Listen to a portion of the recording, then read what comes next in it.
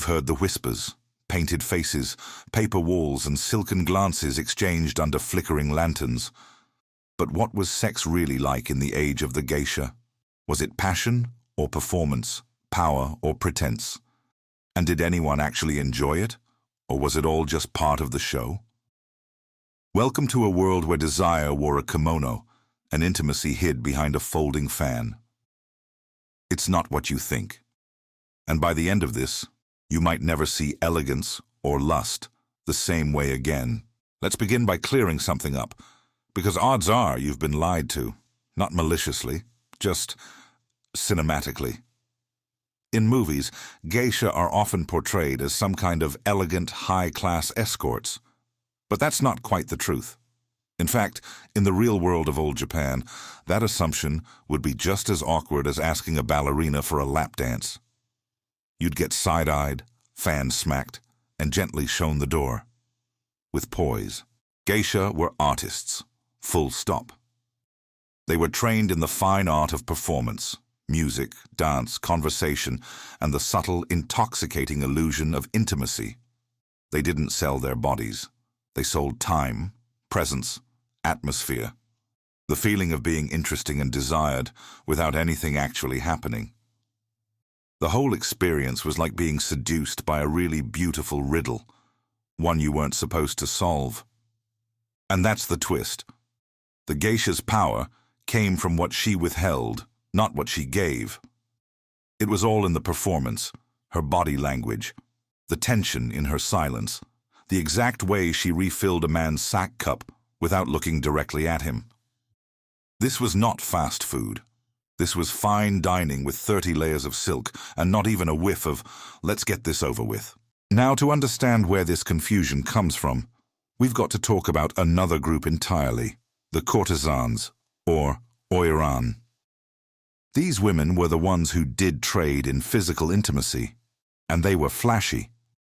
Their hair looked like it weighed 10 pounds. They wore kimonos so lavish they needed assistance just to walk. And yes, sex was part of the deal, but geisha, different orbit. Geisha and oiran were so distinct that, legally, they weren't even allowed to perform in the same spaces. Geisha were entertainers. Oiran were part of the official red light districts, like Yoshiwara in Edo. So, when a client spent time with a geisha, there were clear expectations. She might flirt, she might laugh and pour his drink, but she wouldn't take him home, not unless something very unusual and very unofficial was going on. Still, that doesn't mean the air wasn't thick with suggestion. That was part of the game. Geisha used innuendo the way painters use shadow, a lingering glance, a double meaning in a joke, an artfully slipped ankle beneath a hem. These were all tools in her kit. She made men feel like something might happen, but it rarely did. And if it did, well, let's just say it wasn't part of her job description. Think of it like this. Geisha were performers of desire, not participants in it. The emotional labor they offered wasn't physical. It was theatrical. She'd memorize your favorite song, learn your stories, laugh at your jokes, even when they weren't funny, especially then. It was a dance of charm and detachment. You got the feeling of being adored without ever crossing the line. But that line could be blurry, on purpose, especially for clients with deep pockets and deeper fantasies. Some geisha did eventually form relationships with patrons. Some even became mistresses or wives. But those were personal choices, not part of the performance. And for every one of those exceptions, there were dozens of geisha who went home alone, exhausted from pretending they wanted to stay. Now here's the twist. Geisha didn't just perform for men. They were beloved by women too, mothers, daughters, aristocrats, and curious outsiders. In fact, women often admired geisha more than men did. Why? Because geisha embodied elegance without submission, power without force, femininity without obligation. They were everything a wife wasn't expected to be. And they did it while playing the shamisen and outwitting everyone in the room. And if you're still wondering how this got so muddled in the public imagination, you can thank Western visitors and post-war media for that. The blurry lens of cultural misunderstanding has a habit of turning mystery into sex. Combine that with a few Hollywood scripts, and suddenly the geisha was being cast as the exotic lover. Never mind that she was more like a musical therapist with better fashion sense. So no, geisha weren't sex workers. But they were intimate in ways most people can't quite define. They knew how to make someone feel important, not just wanted, but seen. That's a different kind of sensuality, one that doesn't end in a bedroom. It ends in a long walk home, slightly tipsy, wondering how someone could make your whole soul feel complimented with just one glance. In the age of the geisha, desire wasn't a race to satisfaction. It was an atmosphere, a lingering feeling, like incense that clings to your clothes, or a secret you're not sure was ever told. That's the real story, not the version with sultry stares and steamy fade-outs, but the one where silence was sexier than touch, where everything hinted, but nothing was confirmed. Next up, we'll step into the world of Japan's famed pleasure quarters and see what happened behind the curtains when entertainment, intimacy, and economics all collided. Because while the geisha may not have been offering themselves, plenty of others were, and they were doing it with style, structure, and a whole lot of paperwork. Let's take a moment to talk about the look. You've probably seen the white face, the crimson lips, and the heavy black eyeliner so sharp it could slice through a samurai. But those weren't just makeup choices. They were symbols, a uniform. And like everything else in a geisha's toolkit, they told a story. And that story didn't end with a kiss. It usually ended with applause. The white face. That wasn't about looking ghostly. It was practical. Most geisha performed in dimly lit rooms by candlelight, and white makeup helped their expressions stand out.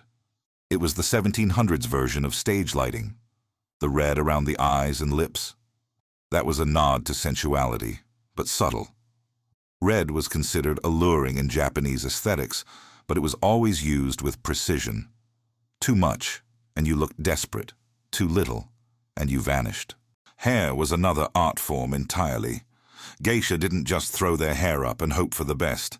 They wore elaborate styles that took hours to prepare, sometimes even sleeping on wooden neck blocks to keep it intact. Yes, they suffered for the vibe. Each hairstyle signified a stage in her career: beginner, apprentice, senior, and so on. One look at the bun, and you'd know exactly who you were talking to and who you weren't allowed to flirt with yet. And let's talk about the kimono. Oh boy, you think you've got wardrobe problems? A geisha's kimono could weigh over 20 pounds, layered with silk, embroidered with seasonal patterns, and tied with an obi sash so wide and stiff it was practically a corset made of origami. These outfits weren't sexy in the Western sense. They weren't tight, short, or revealing. They were mesmerizing, hypnotic, a walking mural. Each detail had purpose. Cherry blossoms in spring, maple leaves in fall. The colors, fabrics, and patterns changed based on the event, the time of year, even the guest's rank. Nothing was random.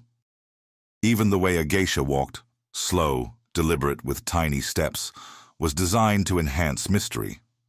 She couldn't move fast even if she wanted to. The outfit demanded patience. And patience, as it turns out, is very sexy when choreographed properly. But here's the real magic trick. For all their visual splendor, geisha didn't just dress to impress. They dressed to disarm, to dazzle you so thoroughly that you didn't notice what was not happening. You'd walk away from an evening enchanted, flushed, maybe even a little breathless, without a single touch exchanged. That's the power of illusion. And geisha were grandmasters. Even their voices were trained. Geisha were taught to speak in a high, musical tone with soft intonation, part of the larger goal of sounding delicate but confident, not girlish, not submissive, just suspended in grace. When they sang or recited poetry, they weren't just performing, they were seducing air itself. Every sound had intention. Every silence had weight. Fans played a big role, too. Literal fans, the kind you fold and flick. A geisha could express amusement, boredom, mystery, or affection with a single flick of her wrist. One move might hide her smile. Another might tease a secret. A well-placed fan was flirtation in paper form. Not to mention, it gave her something to do with her hands while pretending not to notice she was the center of attention. In many ways, the geisha's entire appearance was a form of armor. It protected her while also setting the terms of engagement. It said, "Yes, you may look. You may even dream. But this isn't an invitation. It's a performance." And if you forgot that, well, she probably wouldn't forget your name, and neither would her very powerful, very connected Okiya, geisha house. But don't mistake all this polish for passivity. Beneath the powdered face and graceful movements was a mind like a steel trap. Geisha had to remember dozens of clients, stories, songs, social cues, and witty comebacks. They were social strategists, expert improvisers, and, when necessary, brutal with a compliment. If you made a fool of yourself, she'd let you down so elegantly you'd thank her for it. So why go through all this trouble? Because in the floating world of Edo Japan, appearance was currency.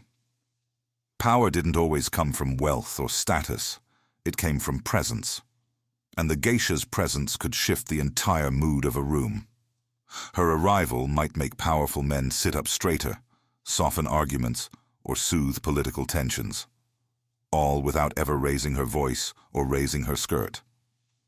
To be a geisha was to be a mystery in motion, a living artwork. She was the thunderstorm you watched from inside the tea house, dangerous, beautiful, and completely untouchable. Everything about her presence suggested intimacy, but never crossed into it, not unless she chose to, and even then it wasn't for sale. It was for story. Next, we'll slip behind the curtains of Japan's pleasure quarters, the chaotic, glamorous neighborhoods where geisha didn't work, but their more physically inclined counterparts did. If you think you know what a pleasure district was, wait until you see how much paper it took to make those pleasures happen. If geisha were the mystery, then the pleasure quarters were the exclamation point. Welcome to Edo-period Japan, where entire neighborhoods were dedicated to the fine arts of flirtation, entertainment, and yes, more physical pursuits. But don't picture a back-alley affair. Think more along the lines of Versailles, if it were run by courtesans and scented with cherry blossoms and sake. These were places like Yoshiwara in Edo, modern-day Tokyo, Shimabara in Kyoto, and Shinmachi in Osaka, walled-in, heavily regulated districts designed to house the entire ecosystem of pleasure.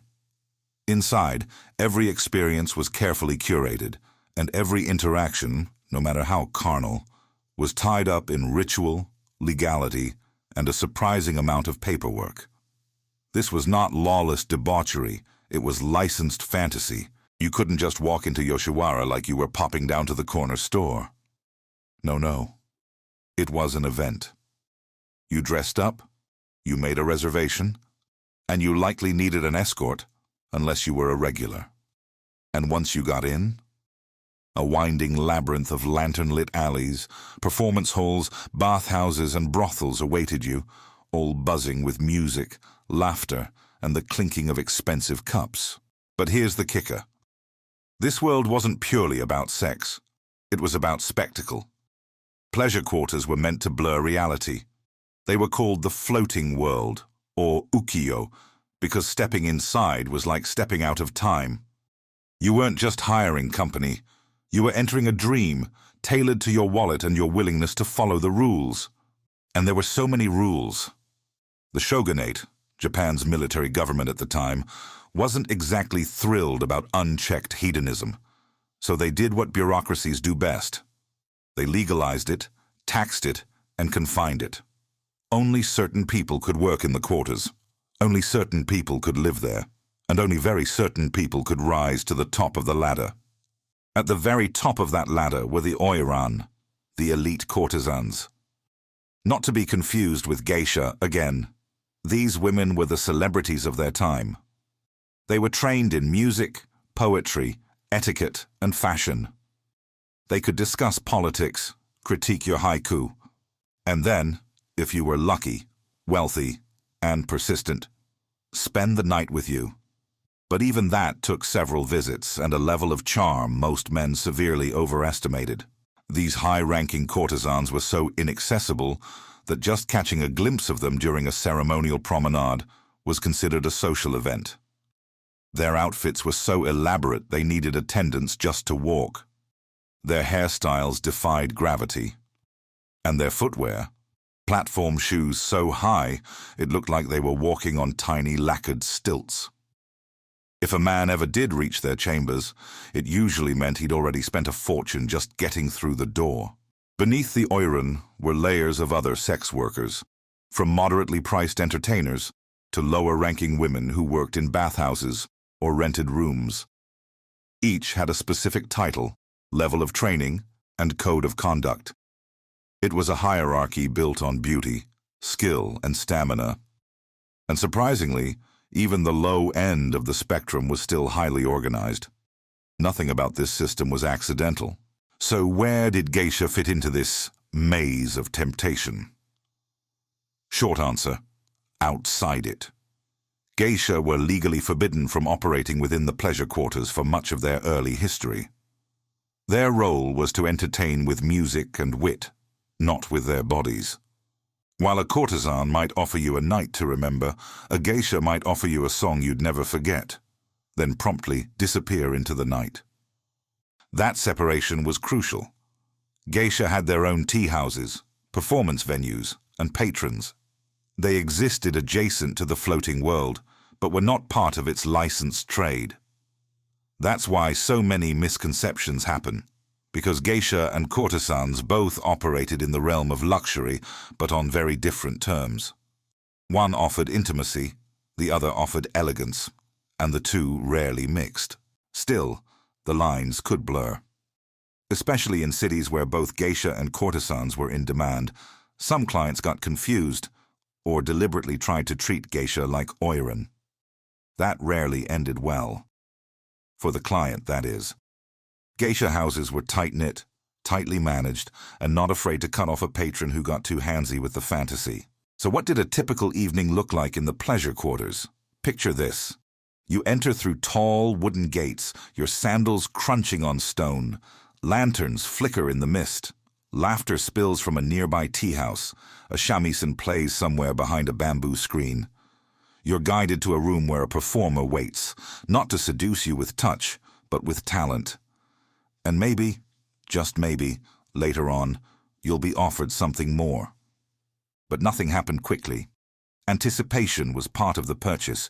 You paid for mood, for mystery, for the privilege of possibility. The floating world was less about indulgence and more about artful delay. And in that space between want and have, between gaze and gesture, that's where desire lived. Not in the act, but in the build-up. In the next part, we'll break down exactly how this hierarchy functioned, from the lowest-ranked workers to the most sought-after courtesans, and the surprising economics that kept this velvet empire afloat. Now let's peel back the paper walls and peek at the organizational chart of desire. Because yes, desire in the pleasure quarters was regulated, intensely. If you're imagining some freewheeling romantic circus, think again. This was a bureaucracy wrapped in silk. Every worker, every room, and every gesture had a place in the system.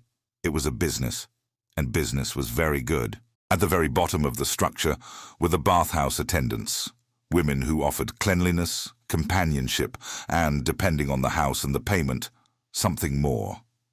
Their role wasn't glamorous, but it was essential. These were the workers who catered to lower-class clients or those who didn't want all the ceremony. Their services were quick, affordable, and, unlike their makeup, rarely long-lasting. Above them were the street girls and lower-tier entertainers. These women operated on the outskirts of the pleasure quarters, offering spur-of-the-moment companionship. Their attire was simpler, their skills less refined, and their work more precarious. They weren't licensed in the same way the top-tier courtesans were, which meant they were often at the mercy of local officials and brothel owners. Then came the mid-level courtesans, sometimes called kashi, who were registered and worked inside official establishments. These women offered not just physical intimacy, but conversation, performance, and occasionally emotional connection. They were still considered workers, not artists, but their ability to build rapport made them favorites among mid-tier patrons who wanted more than just a quick encounter. At the top stood the oiran, the high-ranking courtesans we met earlier. These women were celebrities, style icons, and trendsetters. They didn't just offer intimacy, they curated an experience. Clients didn't walk in and get time with an oiran. Oh no, they had to request, wait, prove their worth, and be vouched for. Sometimes it took multiple visits before she'd even speak to you. It was like dating royalty, but more expensive and with better hairpins. Oiran were booked through intermediaries, who negotiated fees, schedules, and expectations. You couldn't even approach an oiran directly. That would be like trying to DM Beyoncé through your barber. And if you did manage to spend time with her, you'd be expected to act like a gentleman, who just dropped the equivalent of several months' salary for polite conversation. But that was the point. The entire system was built around exclusivity and delay. Physical intimacy wasn't just something that happened, it was something you earned, with gifts, with poetry, with showing up again and again with deeper pockets each time. Even the act of walking an oiran from her quarters to a party was a public spectacle. A slow, choreographed procession that drew crowds like a royal parade. Behind all of this was the yukaku, or red light district administration. Think of it as the HR department of lust. They kept records, issued licenses, managed disputes, and ensured the brothels paid their taxes. Every worker was registered, every transaction monitored. Some even had performance reviews, though instead of exceeds expectations, it might be more like sang beautifully, poured sake unevenly. And yes, there were rules for patrons too. Misbehavior could get you banned. Attempts to steal a kiss or skip a payment. Not only would the geisha or courtesan shut you down with a smile sharp enough to draw blood, but word would spread fast. These were close-knit communities, and reputations were everything, both for the women and their guests. Interestingly, despite all the hierarchy and restriction, there was a surprising amount of social fluidity. A successful courtesan could amass enough wealth and influence to retire, marry, or even open her own house. Some men, in turn, spent so much on their favorite performers that they went bankrupt, earning themselves the colorful nickname Geisha Fools, which, to be fair, is still classier than Sugar Daddy. So, where did romance fit in all this? Carefully. Some relationships that began in the pleasure quarters evolved into genuine love, or at least long-term companionship. But most interactions were transactional. Emotional connection, when it happened, was the exception, not the rule. The currency of the pleasure quarters wasn't love, it was attention. And like any good performance, it had a time limit. Still, for all its structure, the floating world offered an escape, for both the client and the worker. Inside those candlelit rooms, class lines could blur, power could shift, and for a few hours, everyone could pretend they were someone else. A merchant became a poet, a courtesan became a queen. It was fantasy wrapped in kimono silk, held together by rules no one dared break. In the next chapter, we'll explore how intimacy was communicated without ever being explicit, through dance, through music, and through gestures more powerful than words. Because in the world of the geisha, sometimes the most sensual thing you could do was nothing at all. Let's say you walk into a candle-lit tea house. The room is quiet, but not awkward. A shamisen hums in the background. You're offered a seat. The woman across from you doesn't touch you. She doesn't even look at you directly. But somehow, your pulse skips anyway.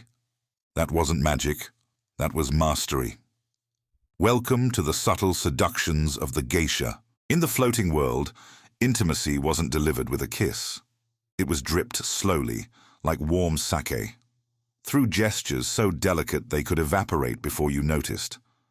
A glance over a shoulder, a soft laugh muffled behind a fan, a graceful bow held half a second too long. These weren't accidents, they were performances. And the audience, usually a man who thought he was in control, never saw the strings. Geisha were fluent in a language most people couldn't hear. They trained for years to turn body language into music. Their walk, their breath, the way they tilted their head when you spoke, all of it was carefully calibrated to create atmosphere. Seduction was not about sex. It was about attention. And Geisha knew how to make yours feel like a treasured gift. Take the way they sat. Kneeling formally in seiza posture, hands folded, spine straight. It looked demure, but it gave them perfect control over their movements. When they reached for a teacup, it was deliberate.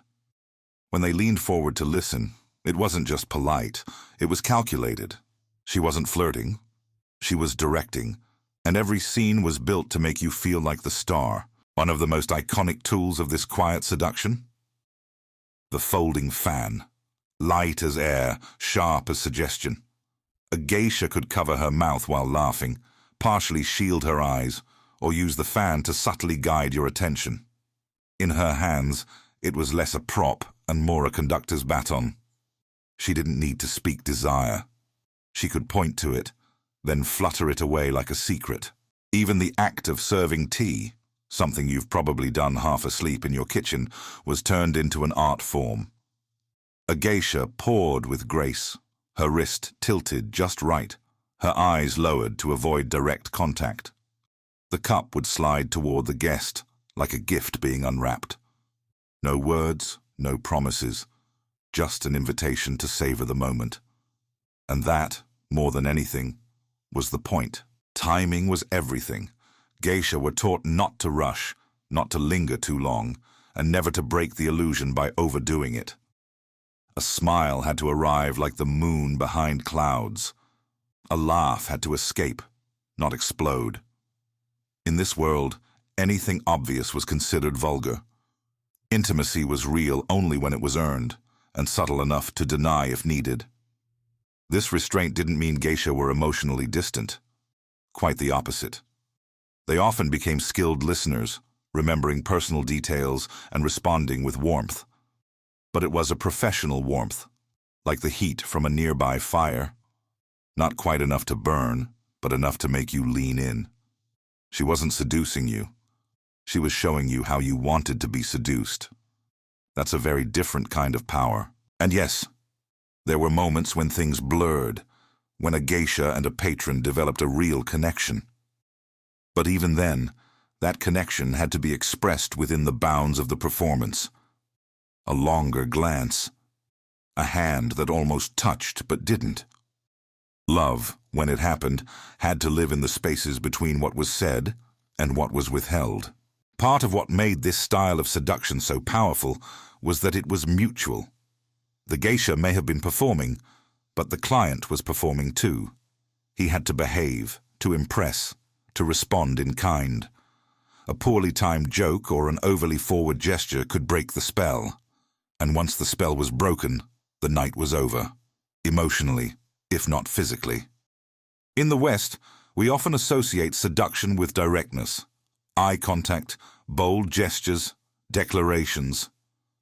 But in geisha culture, the real thrill was in what didn't happen. It was a slow dance on a narrow bridge, where every step risked breaking the moment. And the best geisha? They made you forget you were dancing at all. You just floated. So next time you think of seduction, try to imagine it with no touching, no kissing, and almost no talking. Just a look, a sip, a pause.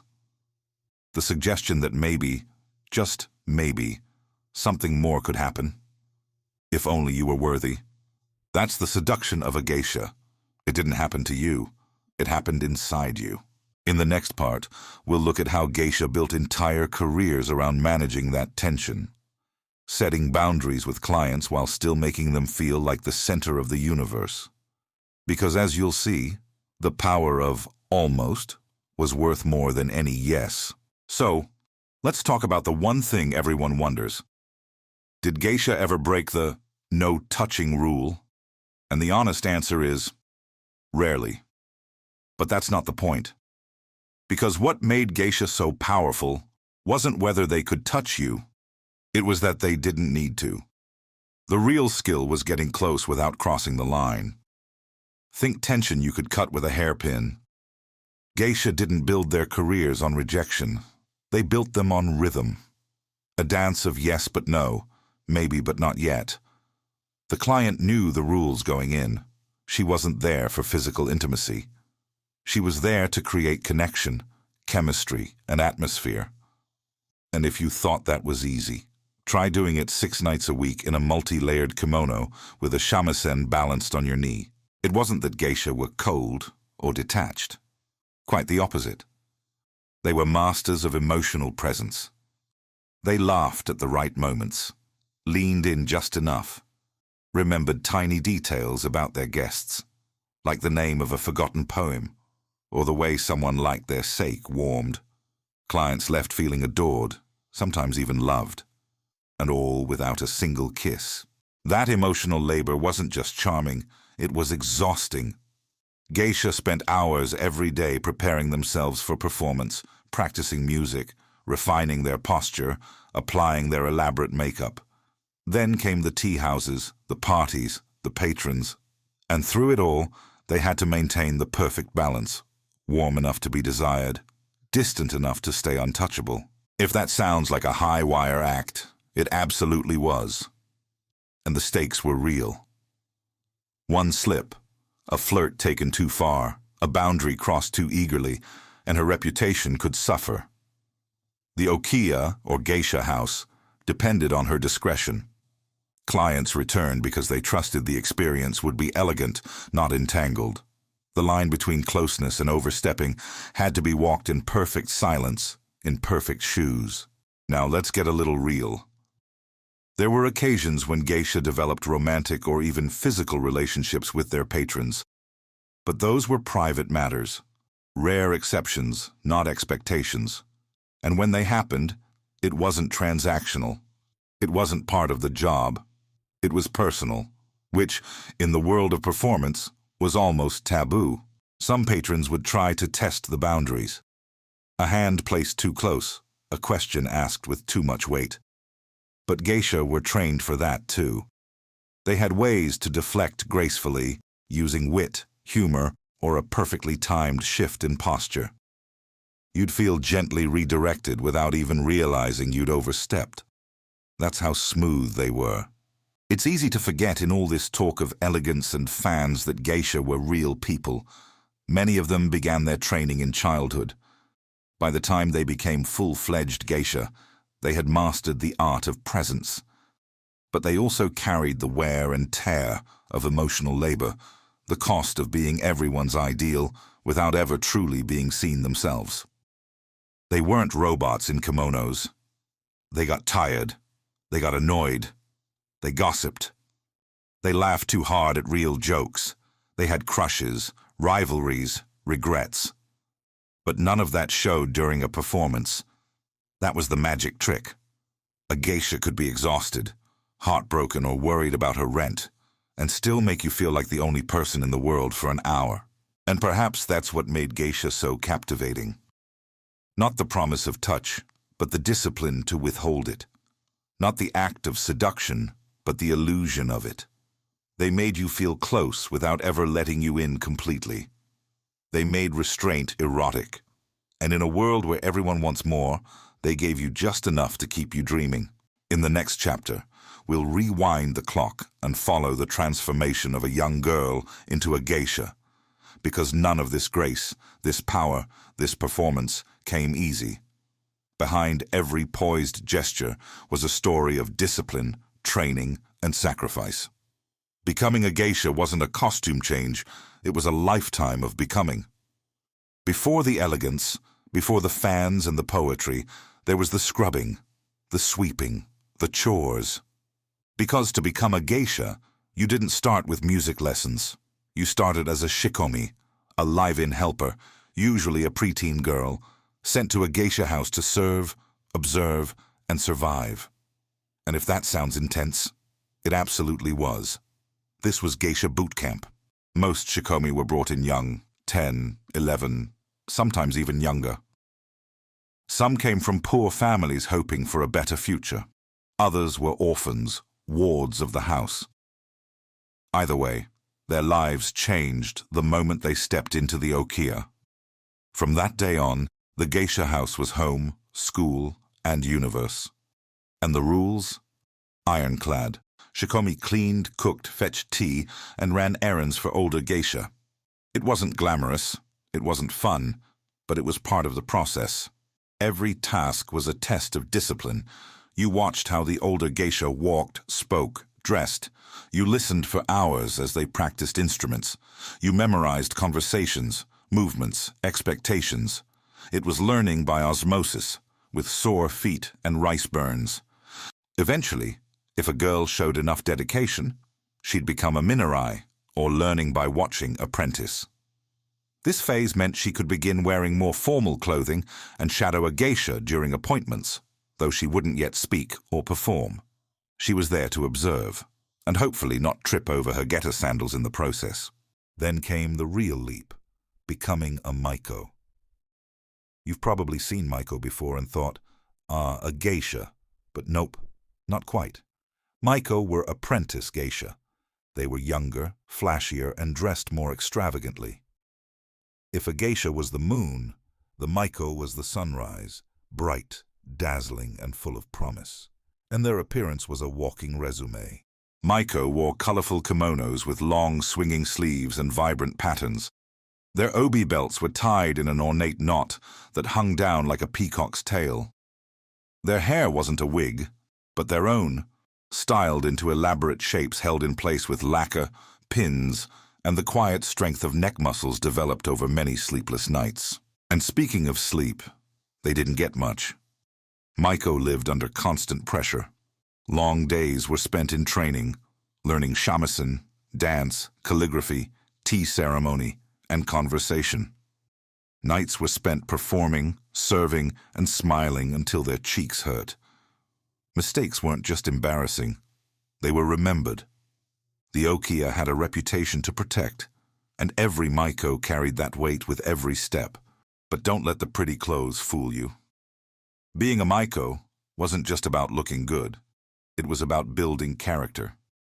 You learned how to speak with grace, how to listen without interrupting, how to laugh at a joke that wasn't funny and make it seem like the most clever thing you'd ever heard.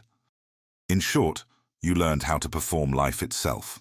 Behind the scenes, senior geisha acted as mentors, often forming a bond called one-san, older sister. The one-san guided the maiko, corrected her posture, helped with her lines, and gave her the emotional support needed to endure the long climb to full geisha status. These relationships could be nurturing, competitive, or both, but they were essential to the learning process. Eventually, after years of training and tests, a maiko would graduate and become a full geisha. This moment, often marked by a ceremonial change in hairstyle and the switch from colorful maiko fashion to the more subdued elegance of a geisha, was deeply symbolic. She had arrived. She had earned her name, her independence, and the right to take clients of her own. But make no mistake, this wasn't a fairy tale transformation. The road from shikomi to geisha was paved with sacrifice. Many never made it. Some left. Some were dismissed. But those who stayed, who endured, emerged with something unshakable, a presence that could silence a room, a grace earned through repetition, a skill set so fine-tuned it became indistinguishable from magic. In the next part, we'll explore one of the most misunderstood rites of passage in this world, mizuage. A ceremony steeped in rumor, layered in tradition, and often misrepresented in modern media. What was it? What wasn't it? And what did it really mean for the young women involved? If there's one word that stirs up confusion, drama, and debate in geisha history, it's this: mizuage, often mistranslated, often misunderstood. Western media tends to depict it as a kind of transactional first night, like some grim rite of passage. But the truth, it's more complicated, more nuanced, and far less universal than the myths suggest. So let's break it down, carefully, respectfully, and honestly. Mizuage, at its core, was a coming-of-age ritual. It marked the transition of a Maiko into full geisha status. And yes, historically, it sometimes involved the girl's first sexual experience. But not always. And when it did, it wasn't the norm across all houses or eras. It was a tradition shaped by time, class, location, and, most importantly, money. In elite districts like Kyoto, where geisha culture was centered on artistry and not physical intimacy, mizuage was symbolic. It was a celebration, a public moment, often accompanied by a change in hairstyle and wardrobe. It meant the apprentice had completed her training. She was no longer a student. She had arrived. In other areas, especially where the line between geisha and courtesan culture blurred, mizuage could take on a more literal meaning. A patron, usually wealthy, often a long-time client of the geisha house, would pay a large sum for the right to sponsor the girl's transition. And yes, sometimes that included a private arrangement that went beyond celebration. It's crucial to understand this wasn't handled lightly. It was formal, contractual, and often involved negotiation between multiple parties: the geisha house, the patron, and occasionally the girl's family. It wasn't the seedy backroom drama modern stories often portray. It was structured, ceremonial, and treated with a strange blend of business and reverence. The Maiko herself usually had little say in the matter. She was young, still living under the authority of the Okiya. And while many girls later recalled their mizuage with pride, seeing it as the moment they became truly independent, others remembered it with ambivalence or silence, and that silence speaks volumes. Today, most geisha communities in Japan have phased out the practice entirely. Modern Maiko still have a coming-of-age ceremony, but it's purely symbolic. No contracts, no patrons, no hidden meanings. Just a rite of passage that honors training, discipline, and the transition from youth to mastery. And frankly, that's probably for the best. So why does mizuage still cause so much controversy? Partly because it straddles a line between culture and exploitation. Partly because Western interpretations have sensationalized it, flattened it into a single narrative about sex and power. But like most things in geisha culture, the truth lives in the gray areas. It was never just one thing. Some patrons saw sponsoring a mizuage as an honor, a gesture of admiration, not possession. Others treated it like a trophy. Some girls formed lasting relationships with their sponsors. Others never saw them again. The outcomes varied wildly. But in every case, the decision reflected the economics of the floating world, where beauty, skill, and youth all had price tags. Still, it's important not to let mizuage define the entire geisha experience. It was one moment, sometimes pivotal, sometimes not. What came after mattered far more. The years of performance, the mastery of art, the forging of identity in a world shaped by rules and rituals, that's what made a geisha. Not one night, not one patron. So when we talk about mizuage, we should do so with balance, not as titillation, not as judgment, but as history, complicated, uncomfortable, and real. It was a system built on beauty, discipline, and sacrifice. And sometimes, that sacrifice was personal, deeply personal. In the next chapter, we'll explore what came next. The relationships between geisha and the men who sought their company. What did patrons expect? What did they actually get? And how did geisha keep control in a system designed to make them objects of desire? Let's get one thing clear. Geisha weren't working for tips. They weren't gig workers with flutes and makeup. They had patrons, wealthy men, often older, who paid for their time, attention, and artistry. But here's the twist. Just because a man paid didn't mean he was in charge. In fact, the entire relationship was a carefully choreographed power play. And geisha? They were usually 3 moves ahead. A patron, or dana, wasn't just a sugar daddy. He was a formal sponsor. Supporting a geisha could cost more than maintaining a second household. We're talking full-time support, covering her housing, wardrobe, lessons, and social appearances. In return, he got exclusive access to her time, not her body. Not automatically, anyway. This was about presence, not possession. Think of it like a long-term subscription to mystery and elegance. The dana could invite her to elite events, introduce her to powerful people, and sometimes, if mutual affection grew, start a romantic relationship. But it wasn't guaranteed. And even if intimacy did happen, it was deeply private, never public, never assumed. Most geisha didn't have a dana. Only the most successful and experienced were even considered eligible. And honestly, many preferred not to. Having a patron came with strings, financial, emotional, and reputational. If the man turned possessive or worse, cheap, things could get messy. A bad dana could tarnish a geisha's standing just as fast as a scandal. For the dana, having a geisha reflected status. It said, "I'm cultured, I'm connected, I can afford beauty without needing to control it." For the geisha, having a dana could offer stability, but also risk. Because as much as the system claimed to be about mutual respect, everyone knew who had the deeper pockets. And deeper pockets meant leverage. But here's where it gets interesting.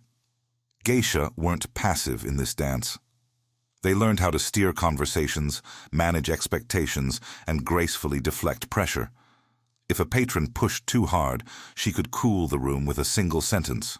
Or worse, embarrass him subtly in front of his peers. That kind of social sting lasted longer than any slap. Geisha also played the long game. They built reputations not just on talent, but on discretion. No one wanted to be known as the patron who got too drunk, said too much, or acted entitled. And geisha knew this. They protected their own power by protecting their client's image, so long as that respect was mutual. Sometimes, genuine affection developed. Some dana fell in love with their geisha. Some geisha returned the feeling. And yes, there are stories of long-lasting partnerships, even marriages. But those were exceptions. Most relationships stayed within the bounds of performance and polite fantasy. The geisha's true feelings were often as unreadable as her fan, and let's not forget the performance element. A geisha could be cheerful, curious, flirtatious, but always just out of reach.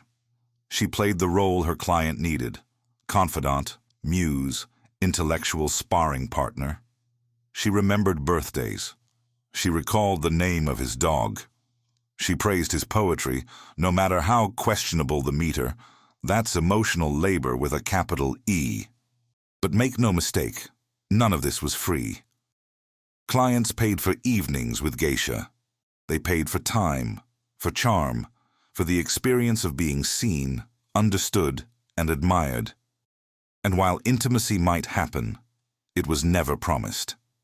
The minute a patron forgot that, the illusion shattered, and no one came back for a broken spell. So what happens when a man with money meets a woman with mastery over her presence? A game of influence, a slow burn, a performance with no curtain call. And at the center, a geisha who knew exactly what she was worth, and how to make him believe it was more. In the next part, we'll explore what these men were actually paying for. The dinners, the songs, the rituals, everything that made a night with a geisha unforgettable, even if it ended the same way it began, with polite distance and a closed door. Let's say you were a well-to-do merchant in Edo, flush with coin and curiosity. You've secured an invitation to a tea house, not just any tea house, but the one. You step through a lacquered door, and there she is, the geisha, poised, painted, present. And here's the twist. You didn't pay for her. You paid for the feeling of being worth her time.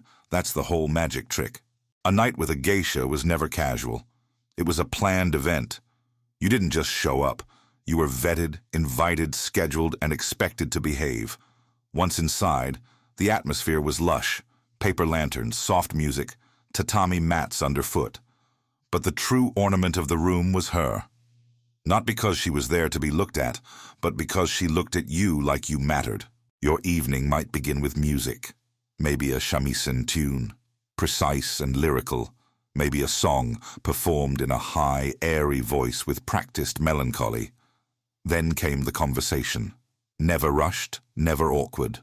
A geisha asked questions, offered compliments, shared observations. You'd leave the night convinced you were the wittiest man in the capital. Whether or not that was true, irrelevant. She might pour your sake, not as a servant, but as a gesture of attention. She'd do it with grace, lowering her eyes just slightly, letting the room hush around the clink of porcelain. No touching, no whispering, just presence. Total, intentional, enchanting. You weren't there to win her over. You were there to enjoy her illusion. This was luxury in its purest form. Not gold, not silk, but grace. Geisha didn't just entertain. They curated an entire mood. You didn't come for thrills. You came for suspension, of time, of tension, of ego. Every laugh she gave was controlled. Every look, a calculation. It felt natural. But it was a performance, honed through years of invisible labor. And then came the games. Parlor games, wordplay, little tests of wit and reflex. You'd compete, laugh, flirt within safe bounds. If you lost, she teased. If you won, she praised. Just enough to keep your pride upright, not inflated. Even the games were psychological. You were the main act, but she was always the one writing the script. Occasionally, another geisha or apprentice might join the evening. Dances could be performed, poems recited. Sometimes stories were told, folklore, gossip, memories that may or may not have been real. Everything felt spontaneous, but nothing ever truly was. The night unfolded like a flower, or origami. Beautiful, delicate, and impossible to refold once it was done. There was no point in asking what came next. Nothing came next. There was no final act, no climax in the cinematic sense. The night would simply end, softly, respectfully, with a bow. You'd be escorted to the door, thanked for your presence, and left to step back into the real world, still a little drunk on the fantasy. What you paid for wasn't a person. It was a presence, an atmosphere so carefully composed that it made your own life feel momentarily like a poem. And maybe, if the evening had gone especially well, she'd remember your name. Maybe even greet you differently the next time, but maybe not. That was part of the draw, the uncertainty, the sense that your experience was meaningful, but not permanent. It's tempting to look back and ask, wasn't it all just smoke and mirrors? Yes, and no. It was performance, but performance rooted in centuries of art. It was illusion, but one that required trust, effort, and consent. You were never lied to. You were simply allowed to dream and build accordingly. In the world of the geisha, pleasure didn't mean skin. It meant attention. It meant presence. It meant giving you the most expensive gift in the world, a few hours where someone made you feel like the center of the universe, and then vanished, leaving behind nothing but a scent and a memory. In the next chapter, we'll leave the tea house behind and enter the dazzling world of the oiran, the real courtesans of Japan, whose lives were even more rigidly structured and surreal. If you thought geisha were complex, wait until you meet the women who wore 5 pounds of hairpins and had the entire city watching them walk. If geisha were elegance personified, oiran were spectacle incarnate. You could hear them coming before you saw them, thick-soled platform shoes striking wood, layers of brocade swaying like stage curtains. People lined the streets just to catch a glimpse. This wasn't subtle seduction. This was an event, and the women at the center of it, Courtesans, not performers, not hostesses, but professionals in every glittering, spine-straightening sense of the word. Oiran were the pinnacle of the licensed pleasure quarters, the highest-ranking courtesans in a system that prized ritual just as much as pleasure. And make no mistake, these women weren't just beautiful. They were trained, educated, commanding. They could recite poetry, debate philosophy, and outsip the wealthiest men in the room without smudging their lipstick. If lipstick had even existed at the time, which it didn't. But if it had, untouched. Unlike geisha, who were entertainers hired for an evening, oiran were full-service hosts. Companionship often included physical intimacy, but not as an automatic transaction. There was a process, a hierarchy, a set of customs so thick with rules it made modern dating apps look like cave drawings. You couldn't just pay and proceed. First, you had to be approved, then introduced, then invited, and then, after several visits, maybe granted a private appointment. This wasn't prudishness, it was branding. Oiran were expensive because they were inaccessible. The long wait, the formal visits, the tests of taste and manners, these weren't obstacles, they were features. They filtered out the impulsive and elevated the experience into something theatrical. Wanting an oiran was easy, earning one. That took effort, elegance, and a wallet with deep roots. The appearance of an oiran told you everything before she even spoke. Start with the hair, an elaborate construction of wax, pins, combs, and magic. The style was heavy, sculpted, and stiff enough to survive a typhoon. Then the kimono, layered, embroidered, and often trailing behind her like a portable tapestry. And the obi, tied in the front, unlike geisha, to signal her availability, and because it took servants to undo it. Practical and provocative. But the most iconic feature? Her shoes. Okobo, or tall platform sandals, added inches and slowed her walk to a deliberate, ceremonial pace. Each step became a heartbeat. Crowds would gather to watch her procession through the pleasure quarters, part fashion show, part parade, part power move. It wasn't just about beauty, it was about authority. She didn't rush. The world waited for her. And when she did speak, it wasn't small talk. Oiran were expected to entertain with intelligence. They discussed literature, current events, even politics. They were conversational athletes, trained to flatter without fawning and challenge without offending. A clumsy client might be dismissed mid-visit. Not rudely, just elegantly excluded from further invitations. Oiran didn't just accept attention, they curated it.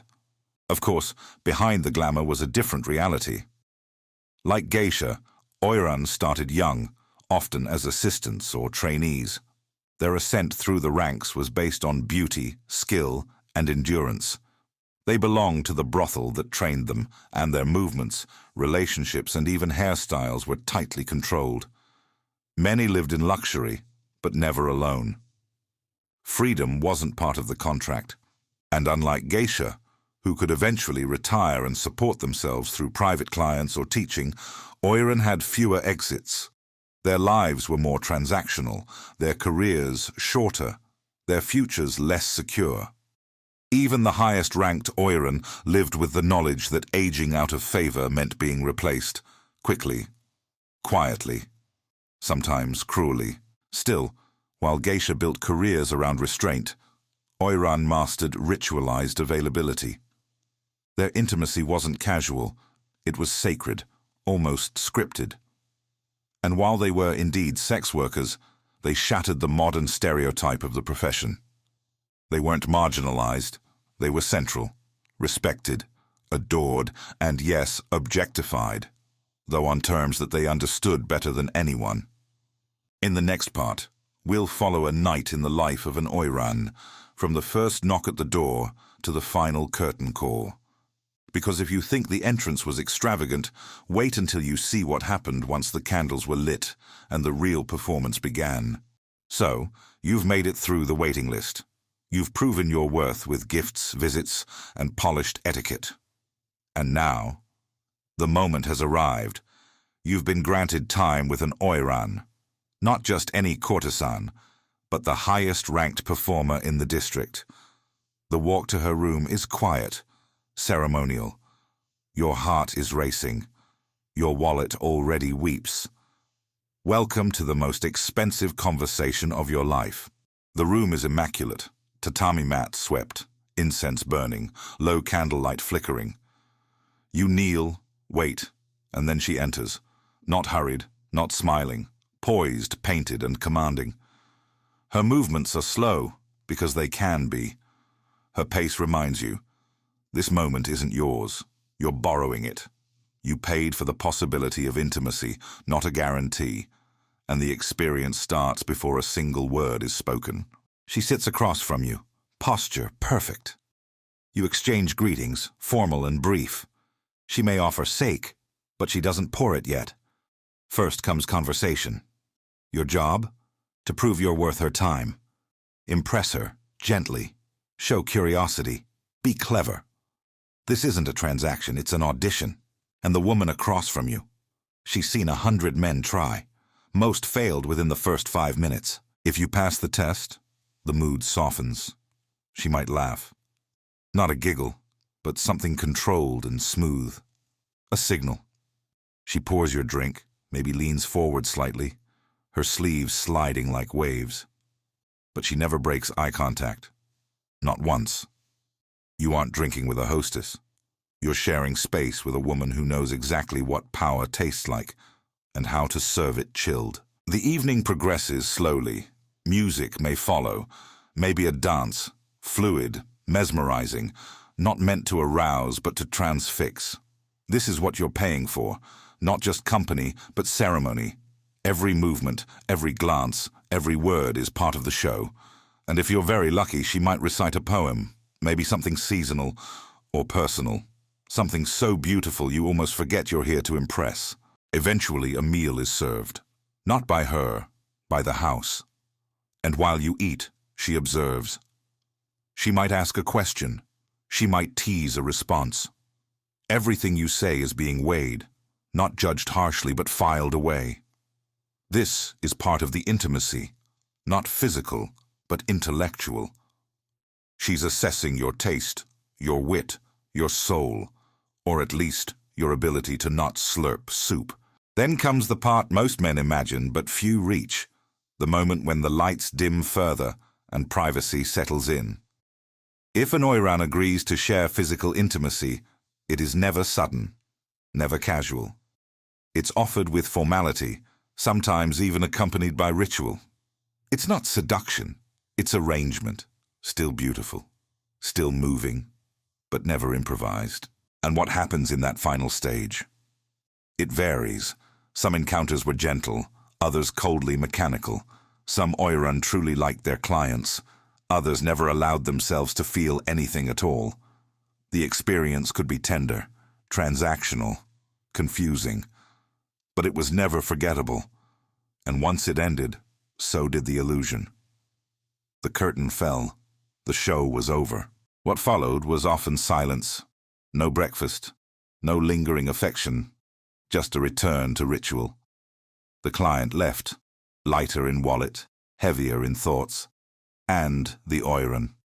She resumed her schedule, preparing for the next guest. Because even when the evening was personal, the job wasn't. Not really. At the end of the day, it was performance. Performance wrapped in silk and scented with longing. Oiran gave the illusion of belonging to everyone, when in truth, they belonged to no one. Not even themselves, some would say. But their mastery of that illusion, of making desire feel divine, was what kept the system spinning. Men came looking for pleasure. They left wondering if they'd just glimpsed something sacred, or if they'd only imagined it. In the next chapter, we step outside the bedroom and into the art world.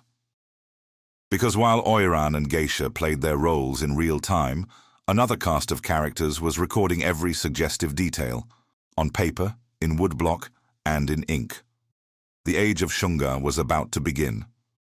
Long before magazines or browser tabs, Japan had shunga, erotic woodblock prints, art that was vivid, unapologetic, and everywhere. These weren't hidden under floorboards.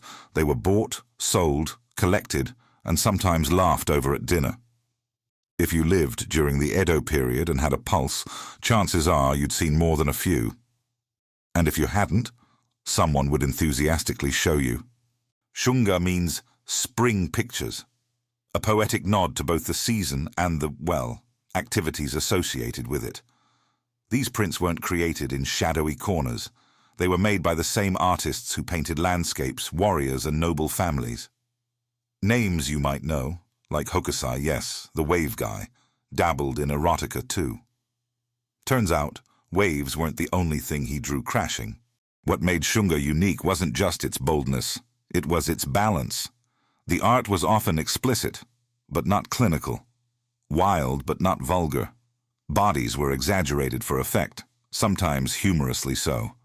Emotions were shown with wide eyes, twisted limbs, and implausible positions. This wasn't realism. It was fantasy rendered in cherrywood blocks and vegetable ink. And here's the twist. Shunga wasn't considered scandalous. It was treated like any other genre. Samurai bought them. Merchants gifted them. Brides received them before their wedding night as instructional guides. Yes, instructional. In a world where sex education didn't come with diagrams, shunga filled in the gaps. Literally and figuratively. Some prints were tender, showing couples in private, quiet moments. Others were comedic, complete with fart jokes, eavesdropping cats, or annoyed neighbors. Still others were wildly imaginative, featuring supernatural encounters with fox spirits or octopus tentacles. You know the one. And if you don't, maybe don't Google it with the volume on. The printing process itself was collaborative. The artist drew the design, but craftsmen carved the wood blocks and printed the colors layer by layer. It was detailed, time-consuming, and expensive. And yet, shunga sold extremely well. People weren't just buying smut. They were buying art. Art that just happened to include very expressive faces and very little clothing. Collectors often kept their prints in albums called ehon, or picture books. Some were wrapped in silk, some came with poetic inscriptions, and some were just piled casually in boxes under the bed. The point is, these prints were part of daily life. Shared among friends, shown at parties, even brought on trips. It was erotica with a passport, and don't assume this was a male-only pursuit. Women enjoyed shunga too, openly. Especially Geisha, who often used the prints for both education and entertainment. Some even featured in the artwork themselves, portrayed in scenes of romance, rebellion, or outright hilarity. These weren't passive muses. They were active players, and they had opinions. But it wasn't all fun and fantasy. Shunga could also be political.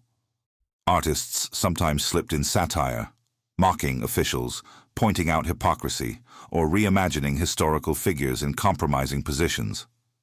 These hidden meanings added layers of subversion, which meant if someone questioned your shunga collection, you could always say, "Oh, it's allegorical." And honestly, sometimes it was.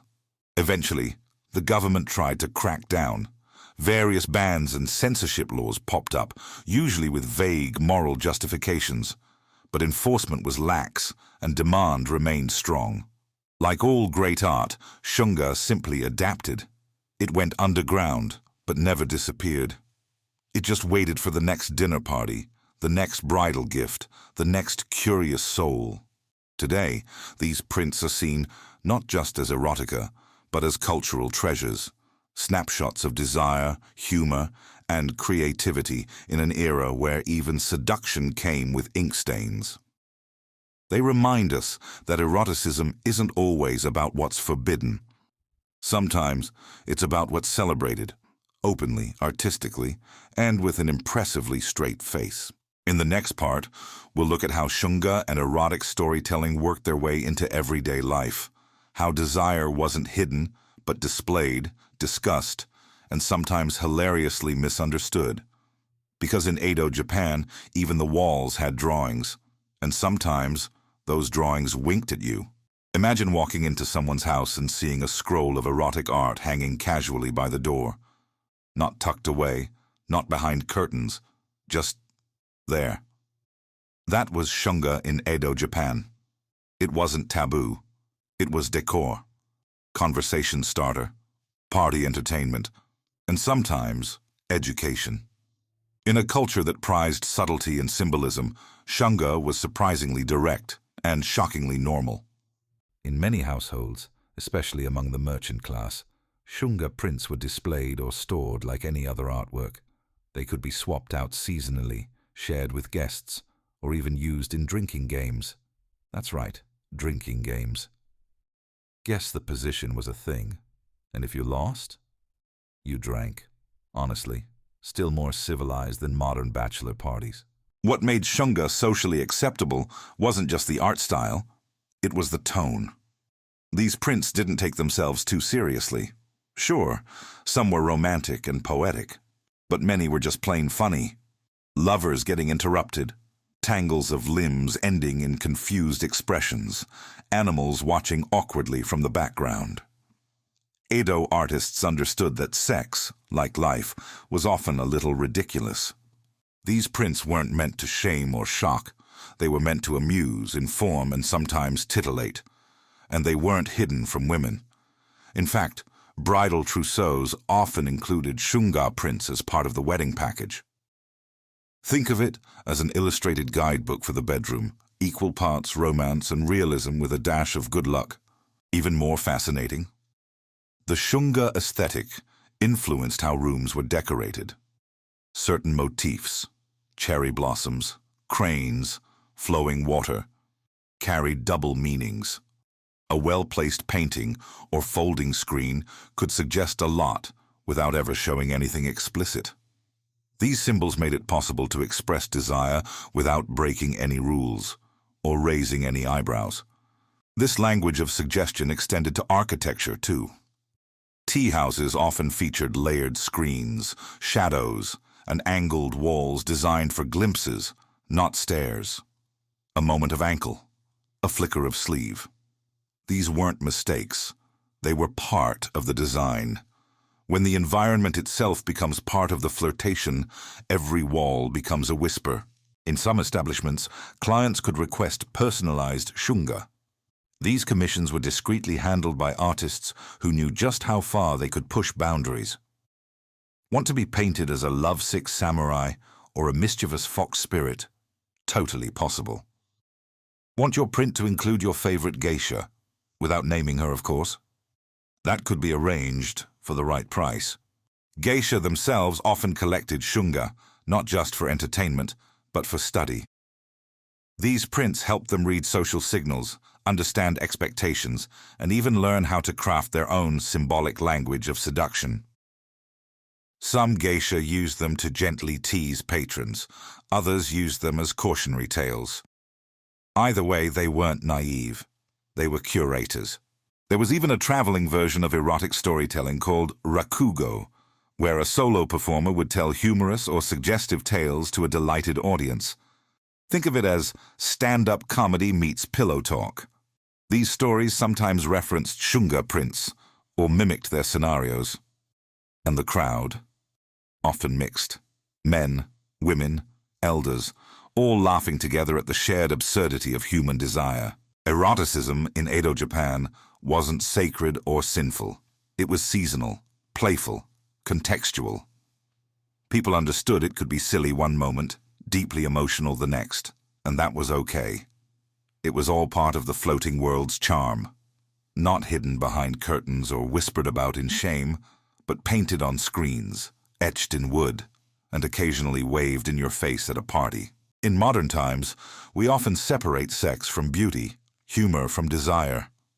But the people of Edo blended them freely.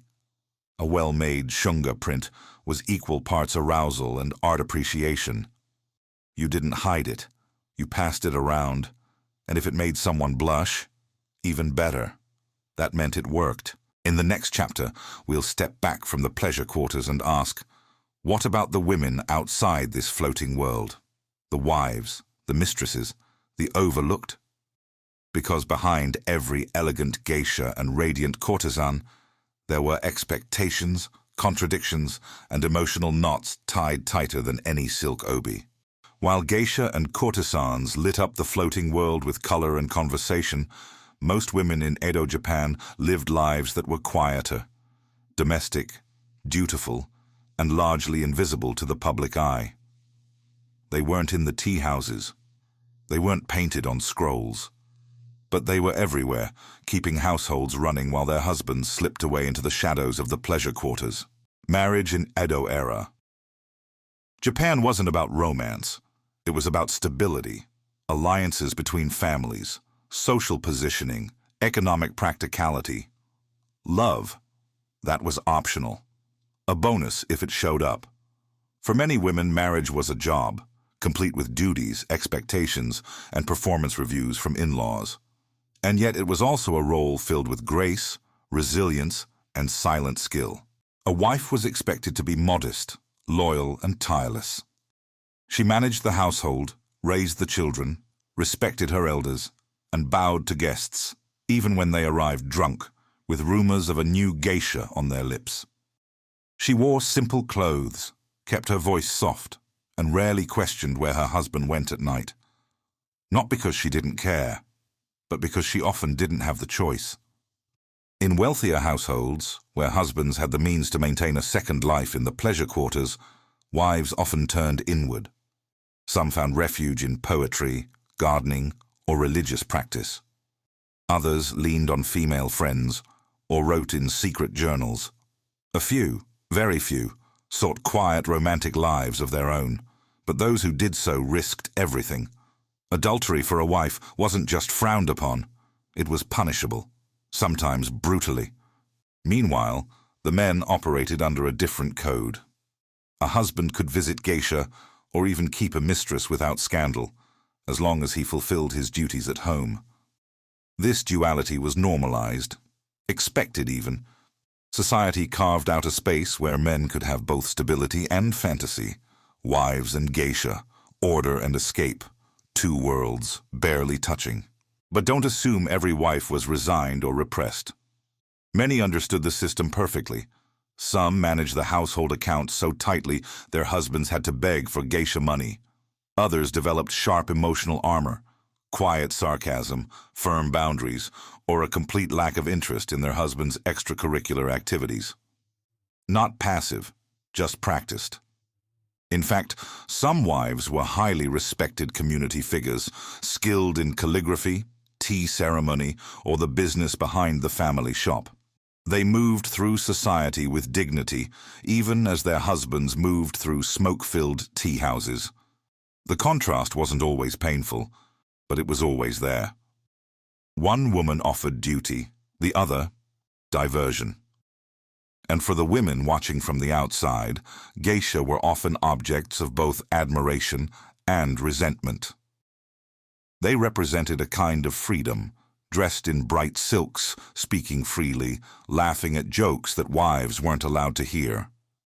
But they also represented a trap, a reminder that men's attention could always wander, that a woman's worth was never quite hers to define. Interestingly, some wives and geisha interacted. They might attend the same festivals. They might share a glance across a lacquered room. And in rare cases, they even formed quiet friendships. Respect, after all, could cross class and circumstance. Both groups knew how much effort it took to be everything a man wanted, and how exhausting that could be. It's tempting to draw a clear line between real life and the floating world, between duty and desire. But in Edo, Japan, these roles weren't binary. They were braided. A wife could dream, a geisha could grieve, and both knew what it meant to live in service of an image, an ideal crafted by men, maintained by women, and whispered about behind folding fans. In the next part, we'll step even deeper into that emotional gray zone, where feelings formed, broke rules, and occasionally tried to survive. What happened when someone actually fell in love in the floating world? What did it cost? And who had to pay? In the floating world, everything was controlled. The outfits, the timing, the words. But there was one thing no amount of silk or training could ever truly contain. Feelings. Yes, real ones. Because behind every practiced bow and painted smile sometimes, someone fell in love. And that's where things got messy. Love wasn't forbidden, it just wasn't expected. For Geisha, affection was part of the act. They were trained to make clients feel special, heard, admired. But occasionally, rarely, something shifted. A certain look lingered. A private joke became a heartbeat. And suddenly, the performance didn't end when the guest stepped out the door. Some geisha formed deep emotional bonds with their regular patrons. These weren't casual crushes. They were slow-burning, aching, and often secret. A geisha couldn't openly express romantic attachment. It risked her reputation and her independence. And yet, it happened. Love bloomed between carefully folded kimonos and softly poured tea. It just had nowhere to go. Even more complicated? Some patrons fell hard, too. A wealthy merchant might begin his evenings expecting music and conversation, but leave with a heart full of longing. He might bring gifts, letters, promises, and sometimes he meant every word. But society didn't know what to do with that kind of love. Not between a man and a geisha. Not out in the open. There were rare cases where relationships became formal. A patron might become a dana, a full sponsor, offering financial support and companionship. In some instances, they even married. But these were exceptions, not norms. For most, love had to remain unspoken, carved into memory like a poem written in water. For geisha, love could be dangerous. If she became too emotionally involved, she risked losing control. Clients might mistake affection for availability. Jealousy could ignite. And if her feelings weren't returned, or worse, exploited, she had little recourse. Her worth was built on mystery, on being untouchable. Love threatened all of that. And yet, some chased it anyway. A hidden meeting, a secret letter, a whisper exchanged behind a paper screen. These were the stolen moments that fueled romances no one was supposed to have. They were fragile, precious, and often doomed. But to the people inside them, they were real, and sometimes they were the only thing that felt real. On the other side of town, wives and mistresses also navigated complicated love. A mistress might love a man who would never leave his household. A wife might mourn the intimacy she never had. Everyone was pretending. Everyone was performing. And sometimes, in the quiet cracks between roles, hearts reached out for something more. But love in the floating world was like smoke. It could fill a room, wrap around you, even warm you. But try to hold it, it disappeared. The geisha knew this better than anyone. That's why they didn't promise love. They suggested it, hinted. Let the idea of it shimmer in the distance, like a lantern you could never quite reach. Still, those stories didn't vanish. They became whispers in the corridors, songs in the tea houses, ghosts in the artwork. Because in a world built on performance, nothing stood out more than something unplanned. And love, unexpected, inconvenient and all-consuming, was the ultimate unscripted moment. In the next chapter, we'll shift back to the stage. This time, the musical one. Because seduction didn't always come through glances or gestures.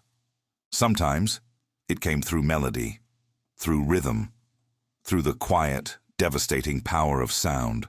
In the floating world, sound wasn't background noise, it was atmosphere. It wrapped around you like silk. It slowed your breathing. It made silence feel deliberate. When a geisha played the shamisen, it wasn't a concert, it was courtship. The notes didn't seduce your body, they seduced your mood. They told you gently that something beautiful was happening, and you didn't need to understand it. You just needed to listen. The shamisen was the most iconic instrument in the geisha's toolkit. 3 strings, 1 plectrum, infinite tension.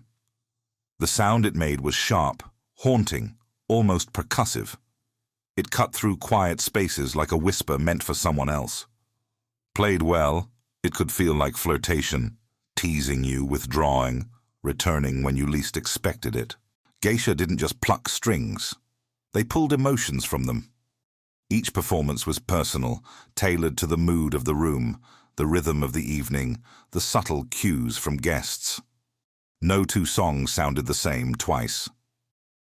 Because Geisha didn't perform for applause, they performed for effect, for transformation, to make a crowded room feel like a private moment.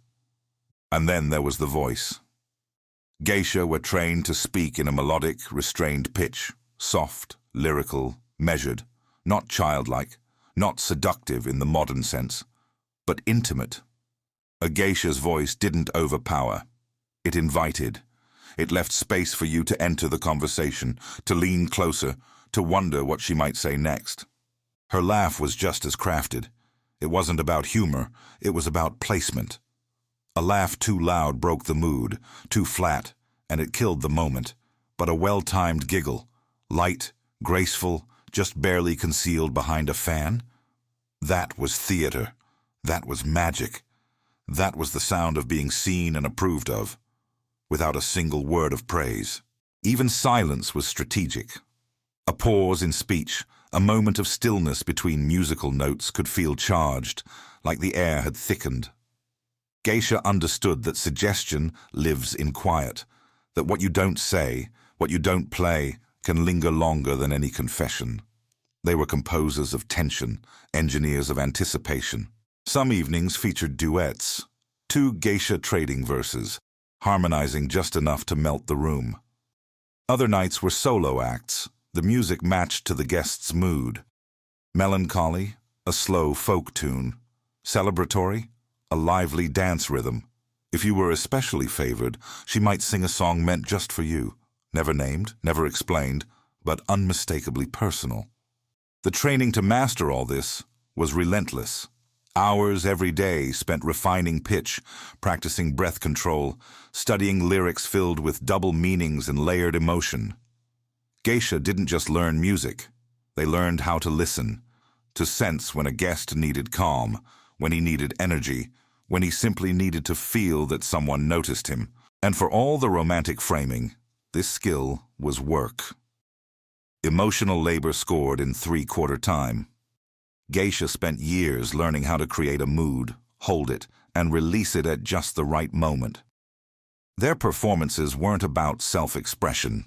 They were about making the guest feel like the most interesting person in the world, even if he wasn't. In a world where direct expression was often considered crude, sound filled the gap. It let people say what couldn't be said. A note played a little softer. A phrase sung more slowly. A laugh that lingered too long.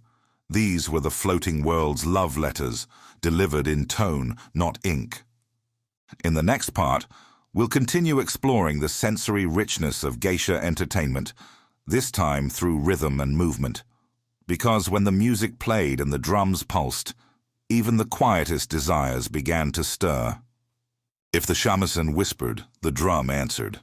Not loudly, not insistently, but with rhythm that guided everything else. In the floating world, percussion wasn't about volume. It was about timing, a heartbeat beneath the silk, a signal barely heard that something was shifting in the air. Even desire had a tempo, and geisha knew how to keep time. One of the most recognizable sounds in a geisha performance was the tsuzumi, a hand drum shaped like an hourglass. It didn't thump or crash. It popped. A short, taut snap that landed between words, under footsteps, behind laughter. It was punctuation in sound. A metronome for movement. A sound you felt in your chest more than your ears. The tsuzumi was played by pulling the ropes to tighten the drum skin, adjusting the tone for each performance. In skilled hands, it could mimic tension, release, playfulness, even flirtation. A faster rhythm meant anticipation. A single beat, struck and left hanging, could make the room inhale all at once. The drum didn't tell you what was happening. It told you how to feel about it. Geisha performances weren't just musical. They were choreographed. Every movement followed rhythm. The pour of sake, the tilt of a fan. Even the slide of a kimono sleeve across a tatami mat was timed. It wasn't random. It was rehearsed. Like a dance with invisible steps, where the guest didn't realize he was part of the performance until he was already moving with it. And yes, guests were always watching. That was part of the seduction. But they weren't watching in the way we think of now. Not scanning for nudity or overt signs of affection. They were watching for flow, how the geisha carried herself, how her gestures mirrored the rhythm. When a geisha moved to music, the room moved with her. The sounds of the room mattered too. The clink of cups, the hiss of tea, the occasional laugh that bubbled up and floated across the space like incense.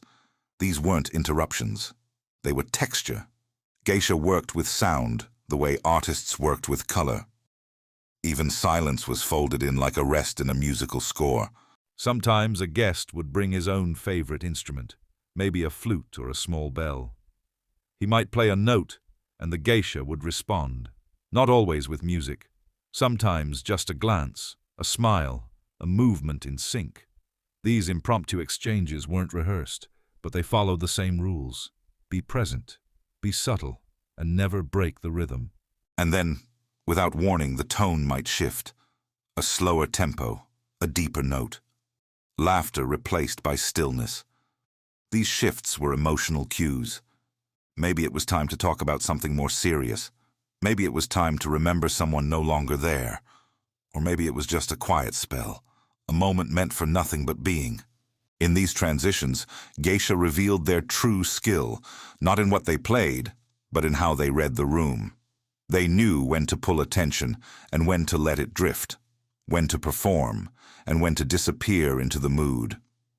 They didn't control the evening. They guided it, like a drummer at the back of a parade. You didn't see her, but you moved to her rhythm. What emerged wasn't just a performance. It was a state of mind, a sensory blend of music, movement, and mood that made everything outside the room vanish. Time slowed. Conversations deepened. Boundaries blurred. Not crossed, just softened. And long after the music ended, the rhythm lingered. In the next chapter, we leave the tea house and step into the seasons. Because in Edo, Japan, desire didn't just happen behind closed doors. Sometimes it bloomed under cherry trees or flickered beside a lantern at dusk. Spring in Edo, Japan didn't just bring blossoms, it brought opportunity. When the cherry trees bloomed, so did the floating world. Lanterns were hung, music floated through the streets, and everyone, courtesans, geisha, merchants, even samurai, came out to stroll beneath petals that fell like snow. These festivals weren't just about beauty. They were about possibility. And the games of suggestion played best under open sky. Geisha weren't cloistered. They performed at public events, temple fairs, and moon viewing parties. These weren't the private, candlelit encounters of the tea house. These were staged appearances, part art, part marketing. Their walk, their posture, their silence, it all told a story, and everyone was watching. The geisha knew it, and they leaned into it, gracefully. During hanami, or cherry blossom viewing, guests gathered under trees with picnic boxes and sake. But eyes often drifted toward the most elegant groups, the ones where laughter was softer, fans fluttered more deliberately, and no one could quite tell if the intimacy was real or rehearsed. That was the geisha's power. She made everything feel personal in a public space. At these events, physical contact remained rare. A sleeve brushing a shoulder, a shared cup of tea, nothing overt. But geisha didn't need touch. They used mirroring. If a man adjusted his robe, she might do the same. If he turned his head, she followed. Not obviously, just enough to sync their rhythms. It was choreography masked as coincidence. Seasons influenced seduction. Spring was flirtation. Summer, full of festivals and late-night lanterns, became bolder. The Bonodori dances allowed for closer proximity, hands almost meeting in shared rhythm. Fireworks sparked above while conversations lingered below, voices softer, shadows longer. Under these lights, flirtation felt less like theater, more like truth. Autumn changed the mood. Maple leaves signaled reflection. Conversations grew deeper.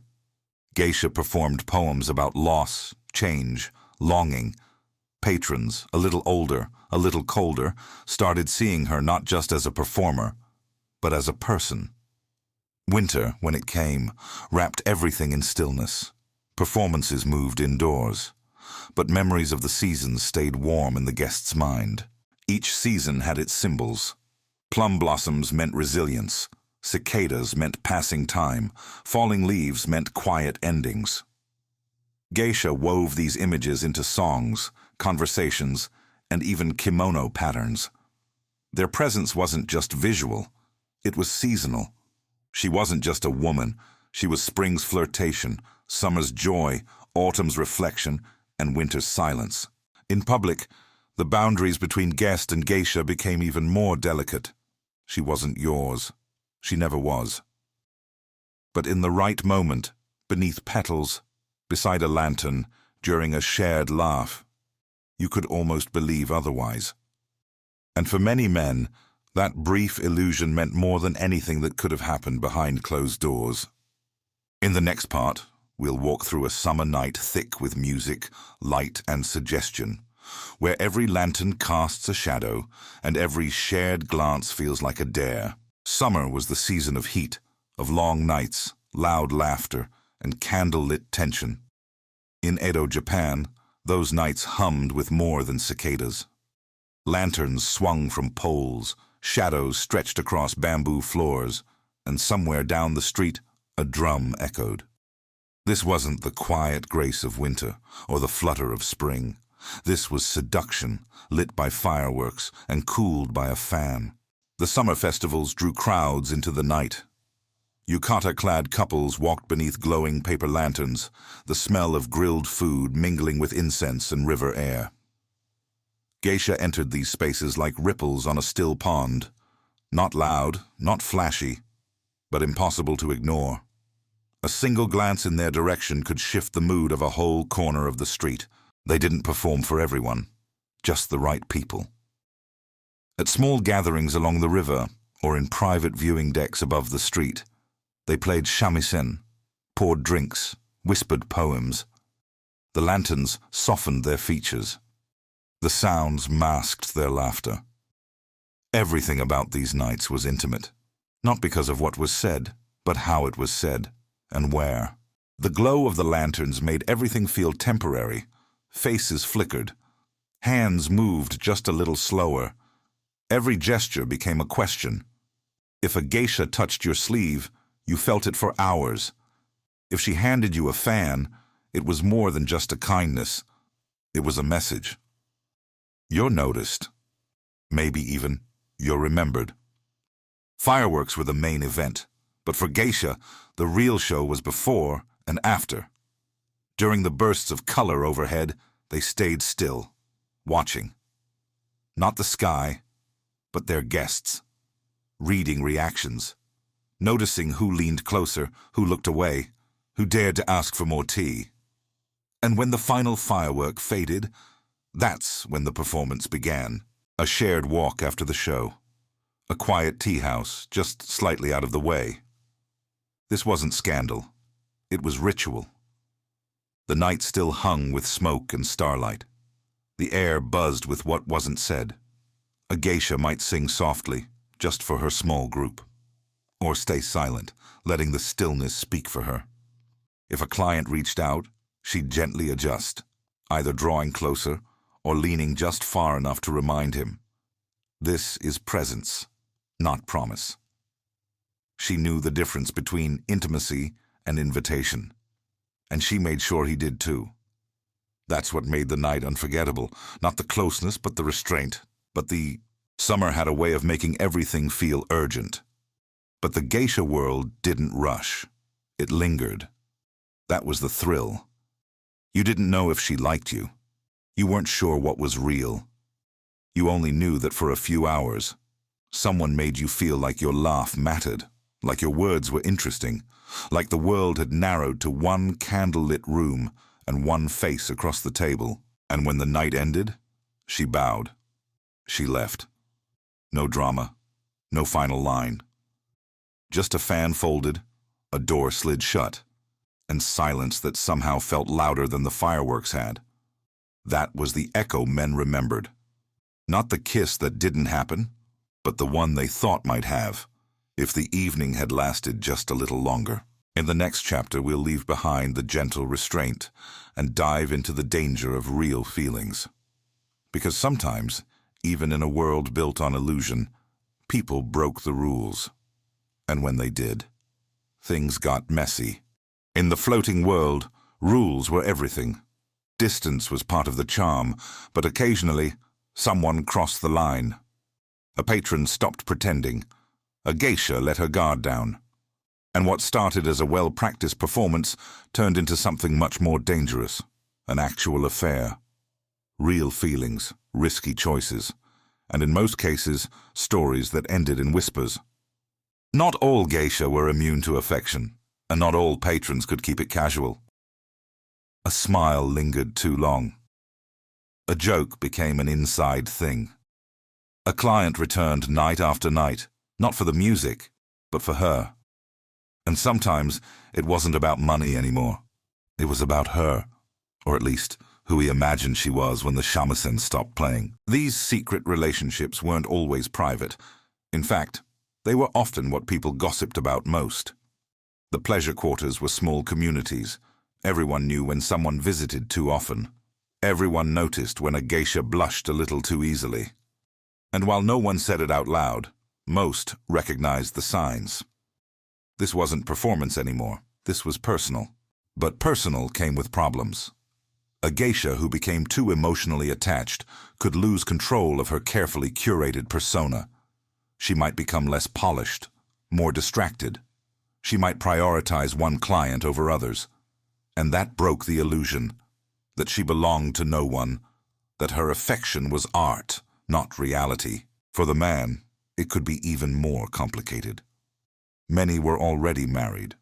Others were wealthy merchants or samurai, bound by duty, status, and expectations. A public scandal with a geisha could ruin a career. Or worse, damage his carefully protected image of self-control. So even when the feelings were mutual, the circumstances were not. Still, it happened. Letters were passed, small gifts exchanged with deeper meaning. Private meetings arranged away from the okiya, sometimes at country inns or in borrowed homes. These weren't just casual flings. They were attempts to step outside the system, to have something real in a world built on make-believe. Some couples found ways to maintain long-term, low-profile relationships. A few even transitioned into something official, a geisha retiring to marry her patron. But those cases were rare.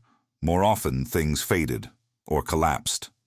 Jealousy flared, promises broke. The geisha was left alone, or the client disappeared without explanation. And in a world that valued silence, no one asked too many questions.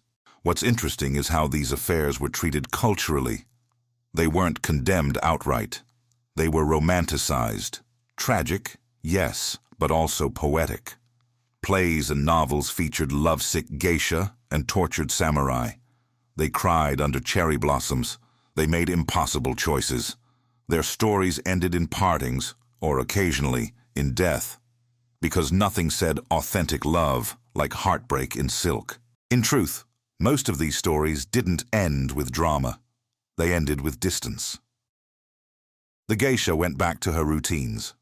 The man stopped visiting. A new guest took his place. But the memory stayed. A song she couldn't play without remembering him. A gift tucked away, untouched, but never thrown out. In the next part, we'll focus on what happened when the fantasy did become real, when a geisha fell in love for real, with someone she wasn't supposed to. Not for his money, not for his reputation, but for reasons even she couldn't fully explain. A geisha's whole life was performance. From her first steps in clogs too large for her feet, she was taught to serve the illusion of closeness without ever letting it stick. But sometimes, very rarely, it did. A geisha fell in love. And not the graceful, poetic kind meant for plays and novels, the kind that made her slip up, that made her human, that made everything harder. Love didn't fit easily into the life of a geisha. Her schedule was packed, her emotions were guarded. Her survival depended on balance between mystery and accessibility, elegance and detachment. Falling for someone disrupted that balance completely. Suddenly, her practiced smiles became real. Her indifference became impossible. She started thinking not just about the evening, but about after. Sometimes, the object of her affection was a patron, a man who came regularly, listened attentively, asked about her day. Not because he was supposed to, but because he cared. And she noticed. Maybe he wasn't the wealthiest. Maybe he wasn't the most charming. But he saw her when others only watched, and she started waiting for him more than she wanted to. Other times, love came from outside the tea house. A vendor, a fellow artist, even a former client turned friend. These relationships were even harder. They didn't fit into her world. They threatened to pull her out of it. And leaving meant losing everything: her house, her income, her social standing. But staying meant pretending she didn't feel what she did. It was a no-win situation. She couldn't say the words out loud, not to her sisters, not to her patrons, certainly not to the man. But her actions changed. Her music softened. Her gaze lingered. She took fewer clients, or she took them with less sparkle. People noticed.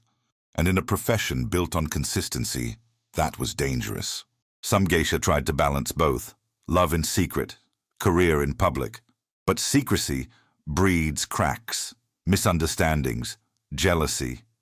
One missed letter, one rumor, one wrong glance, and suddenly, everything was at risk. The okiya might discipline her, patrons might leave, her love might falter under the pressure, and she'd be left wondering whether the feeling had been worth the cost.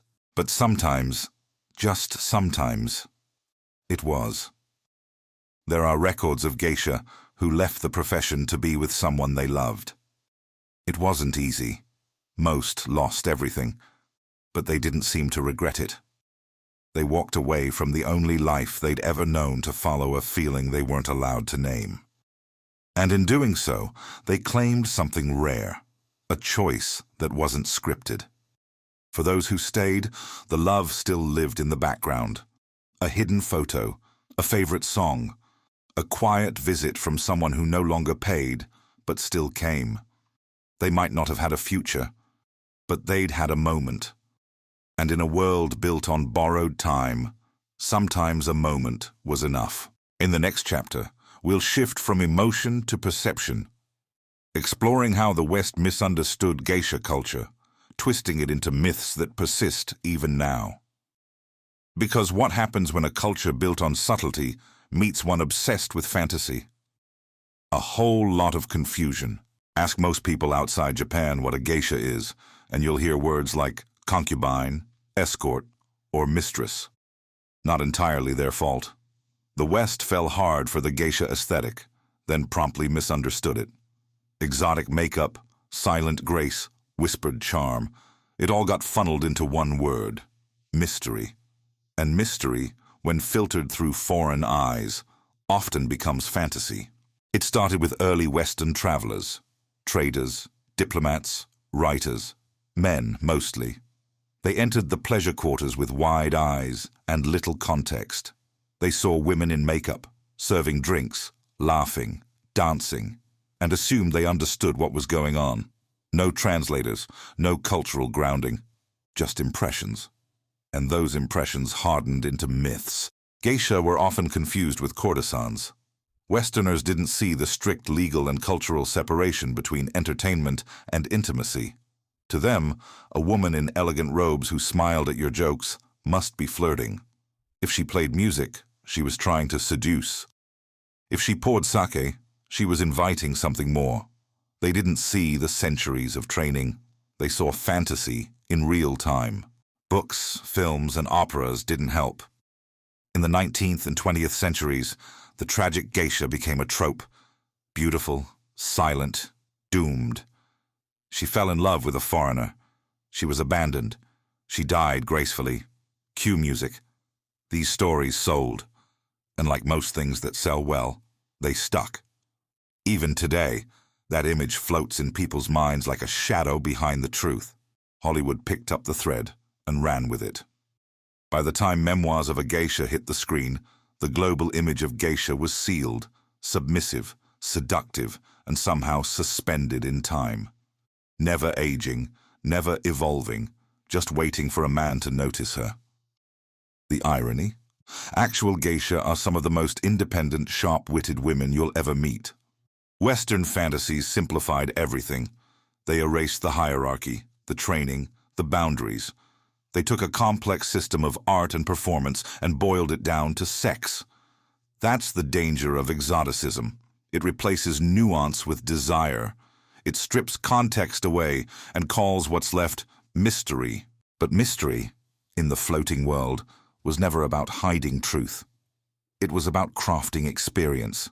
It was deliberate, intelligent. Geisha weren't symbols. They were artists. They weren't waiting to be saved. They were building careers, controlling rooms, navigating power with grace, sharp enough to cut silk. The fantasy made them smaller than they actually were. Even today, many geisha must correct tourists, reporters, and filmmakers who still ask the same tired questions. Were you sold? Did you have to sleep with clients? Do you feel trapped? The answers, of course, depend on the individual. But more often than not, geisha smile patiently and explain, again, that what they do isn't sex work.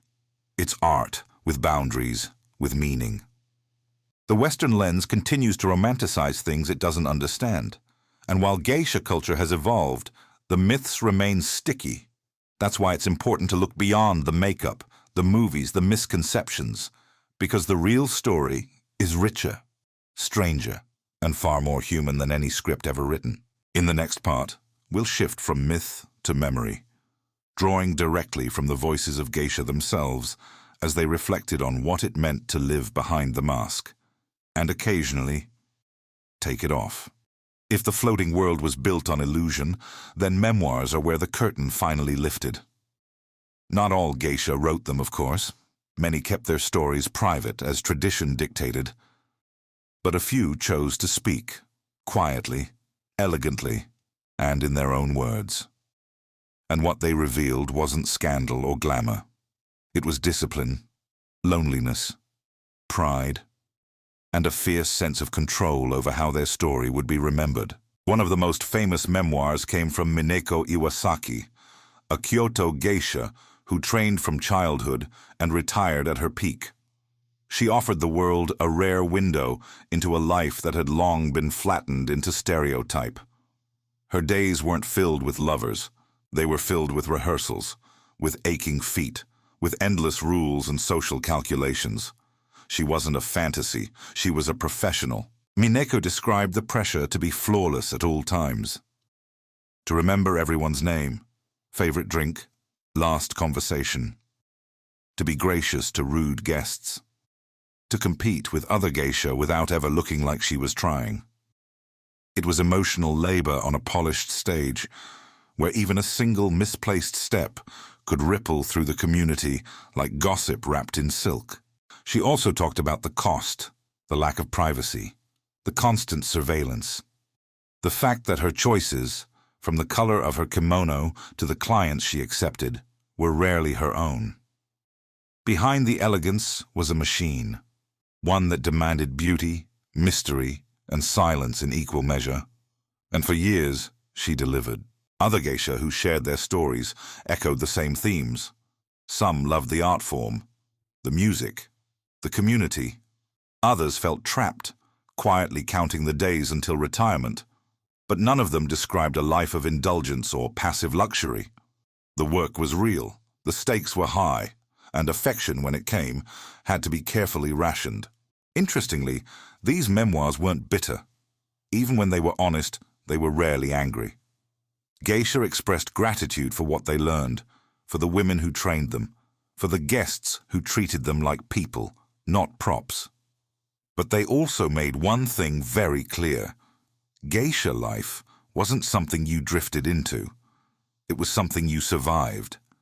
What stood out most in these personal accounts wasn't the beauty or the pain, it was the control. Geisha chose when to speak, how much to reveal, what to name and what to leave out. Even in memoir, they curated their image. Not because they were hiding, but because they had earned the right to shape their own legacy. These stories gave nuance to a world often flattened by imagination. They reminded readers that behind the performance was a person, sharp, strategic, and occasionally wounded. And when they did speak of love or loss, they did so with the same restraint they'd shown in the tea houses. Never more than necessary, never less than honest. In the next chapter, we'll trace what happened when that world began to fade, when war, modernity, and Western influence crept in and changed the rules. Because no illusion lasts forever, not even one as beautifully built as this. The floating world didn't collapse overnight. It faded, quietly, steadily, like lanterns flickering out one by one. Modernization came for Japan in the late 1800s, and with it came a new idea: morality imported from the West. Suddenly, the tea houses weren't seen as cultural treasures. They were seen as problems, and the women inside them, rebranded as symbols of a backward past. The Meiji Restoration brought railroads, electricity, and nationalism. It also brought discomfort with things that couldn't be explained neatly to foreigners. What do you say about geisha to a Western dignitary? How do you justify licensed pleasure districts when you're trying to prove you're a civilized empire? So, slowly, those institutions were trimmed, reframed. In some cities, erased entirely. The pressure didn't just come from abroad. Within Japan, social norms were shifting. Marriage ideals changed, women's education expanded, and as more women gained access to modern life, fewer were willing, or needed, to enter the geisha world. The allure of independence was real, but the lifestyle no longer felt sustainable. Why spend years perfecting a bow when you could get an office job and keep your own wages? Wartime accelerated the collapse. Bombings destroyed tea houses. Families fled cities. Some geisha were forced to give up their careers altogether.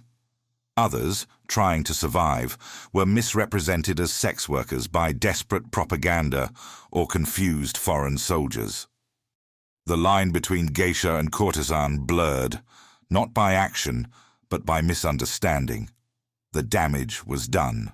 After the war, occupying forces brought a whole new kind of scrutiny. American media painted geisha as exotic hostesses, blending them with other women who did provide physical services. Photos appeared in magazines with misleading captions. Soldiers told stories, and soon the image of the geisha was no longer hers to define. The real geisha who returned to work after the war faced a different world. The clientele had changed. The culture had shifted. Tradition was harder to maintain in a society chasing speed, profit, and modern pleasure. Some okiya closed, some adapted. A few held the line, determined to keep the old ways alive. But the golden era was gone. In the next part, we'll explore how the geisha tradition tried to survive, by reinventing itself, reframing its purpose, and finding new ways to stay relevant in a world that no longer understood what it was looking at. The floating world didn't vanish. It shifted. After the war, geisha culture didn't disappear. It adapted. What had once been an everyday fixture of nightlife became something rarer, more ceremonial. The role of geisha moved from mainstream entertainment to cultural preservation. Their numbers dwindled, but the essence remained, refined, reframed, and fiercely protected by those who still believed in the power of subtle performance. Many geisha houses closed, but the ones that stayed open focused on tradition. They trained fewer women, but held them to the same high standards. Music, dance, tea ceremony. These arts became the foundation of modern geisha life. The goal wasn't to recreate the past exactly, it was to honor it. And in doing so, geisha became living links to a world that no longer existed. Tourism helped. As Japan opened its doors to curious travelers, geisha districts like Gion in Kyoto became attractions. Tourists came looking for beauty and mystery.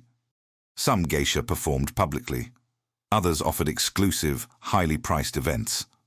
And though this sometimes risked turning performance into novelty, it also gave geisha a new kind of visibility and respect. Technology changed things too. Geisha now manage social media accounts, appear in documentaries, and collaborate with museums. Their world is still closed off to most, but no longer entirely hidden. This shift has helped dispel myths, allowing geisha to reclaim their narrative and educate outsiders on what they truly do and don't do. One of the biggest changes? Choice.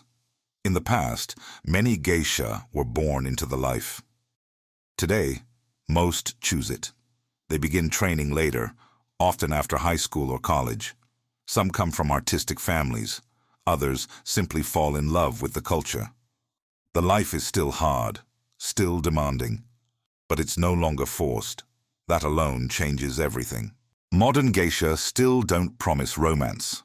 They offer presence, conversation, art.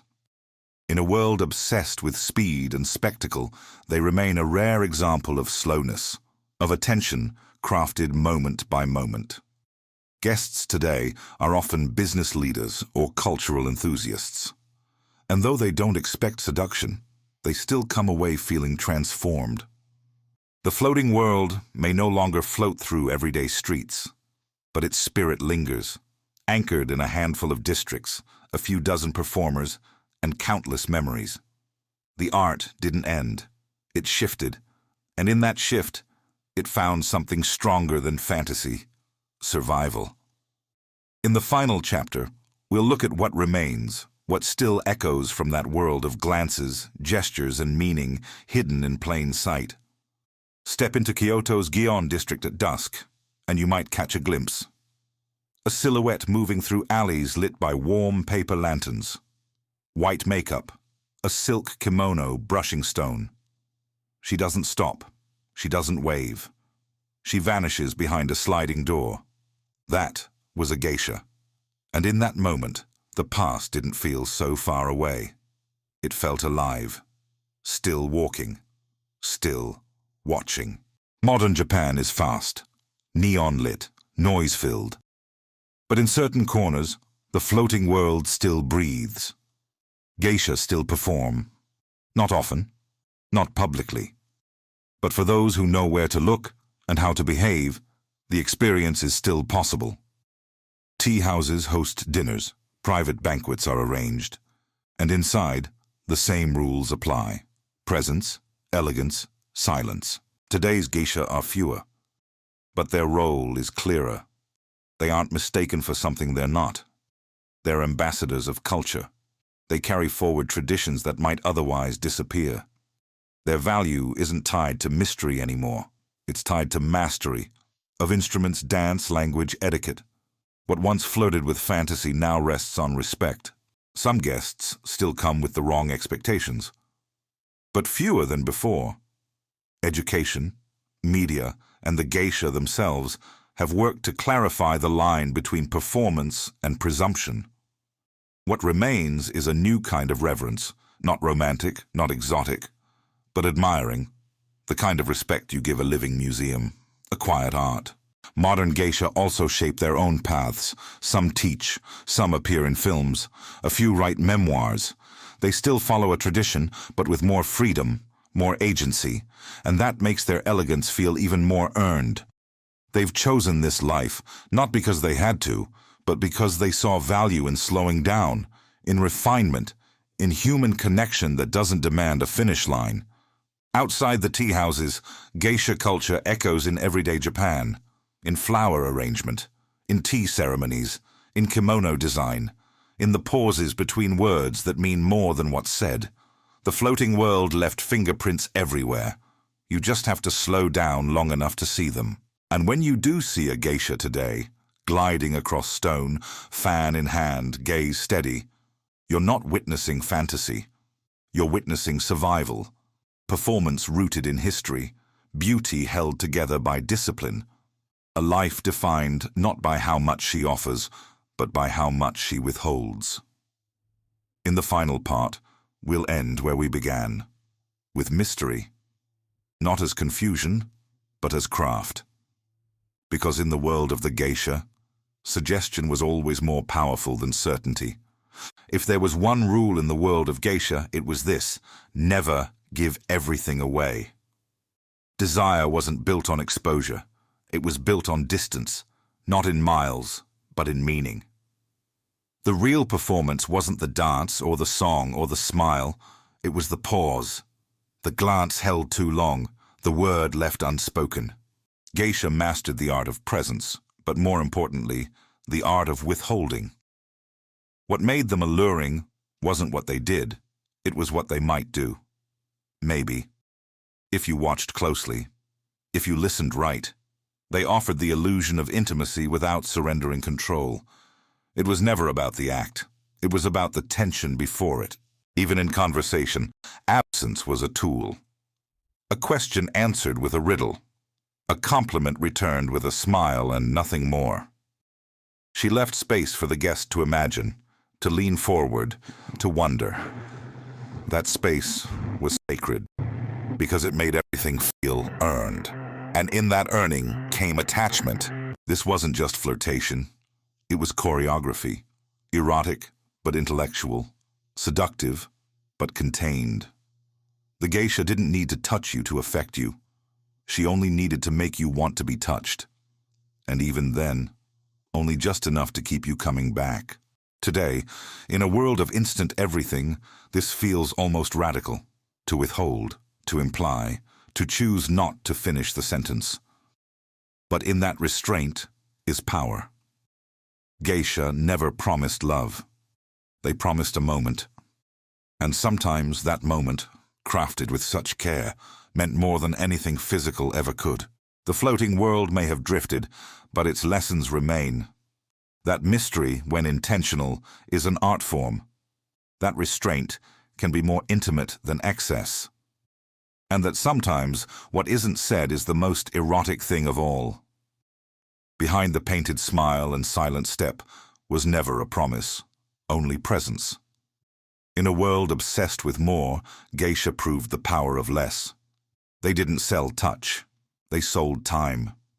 And in that pause, that glance, that space between words, something unforgettable bloomed. Thank you for listening.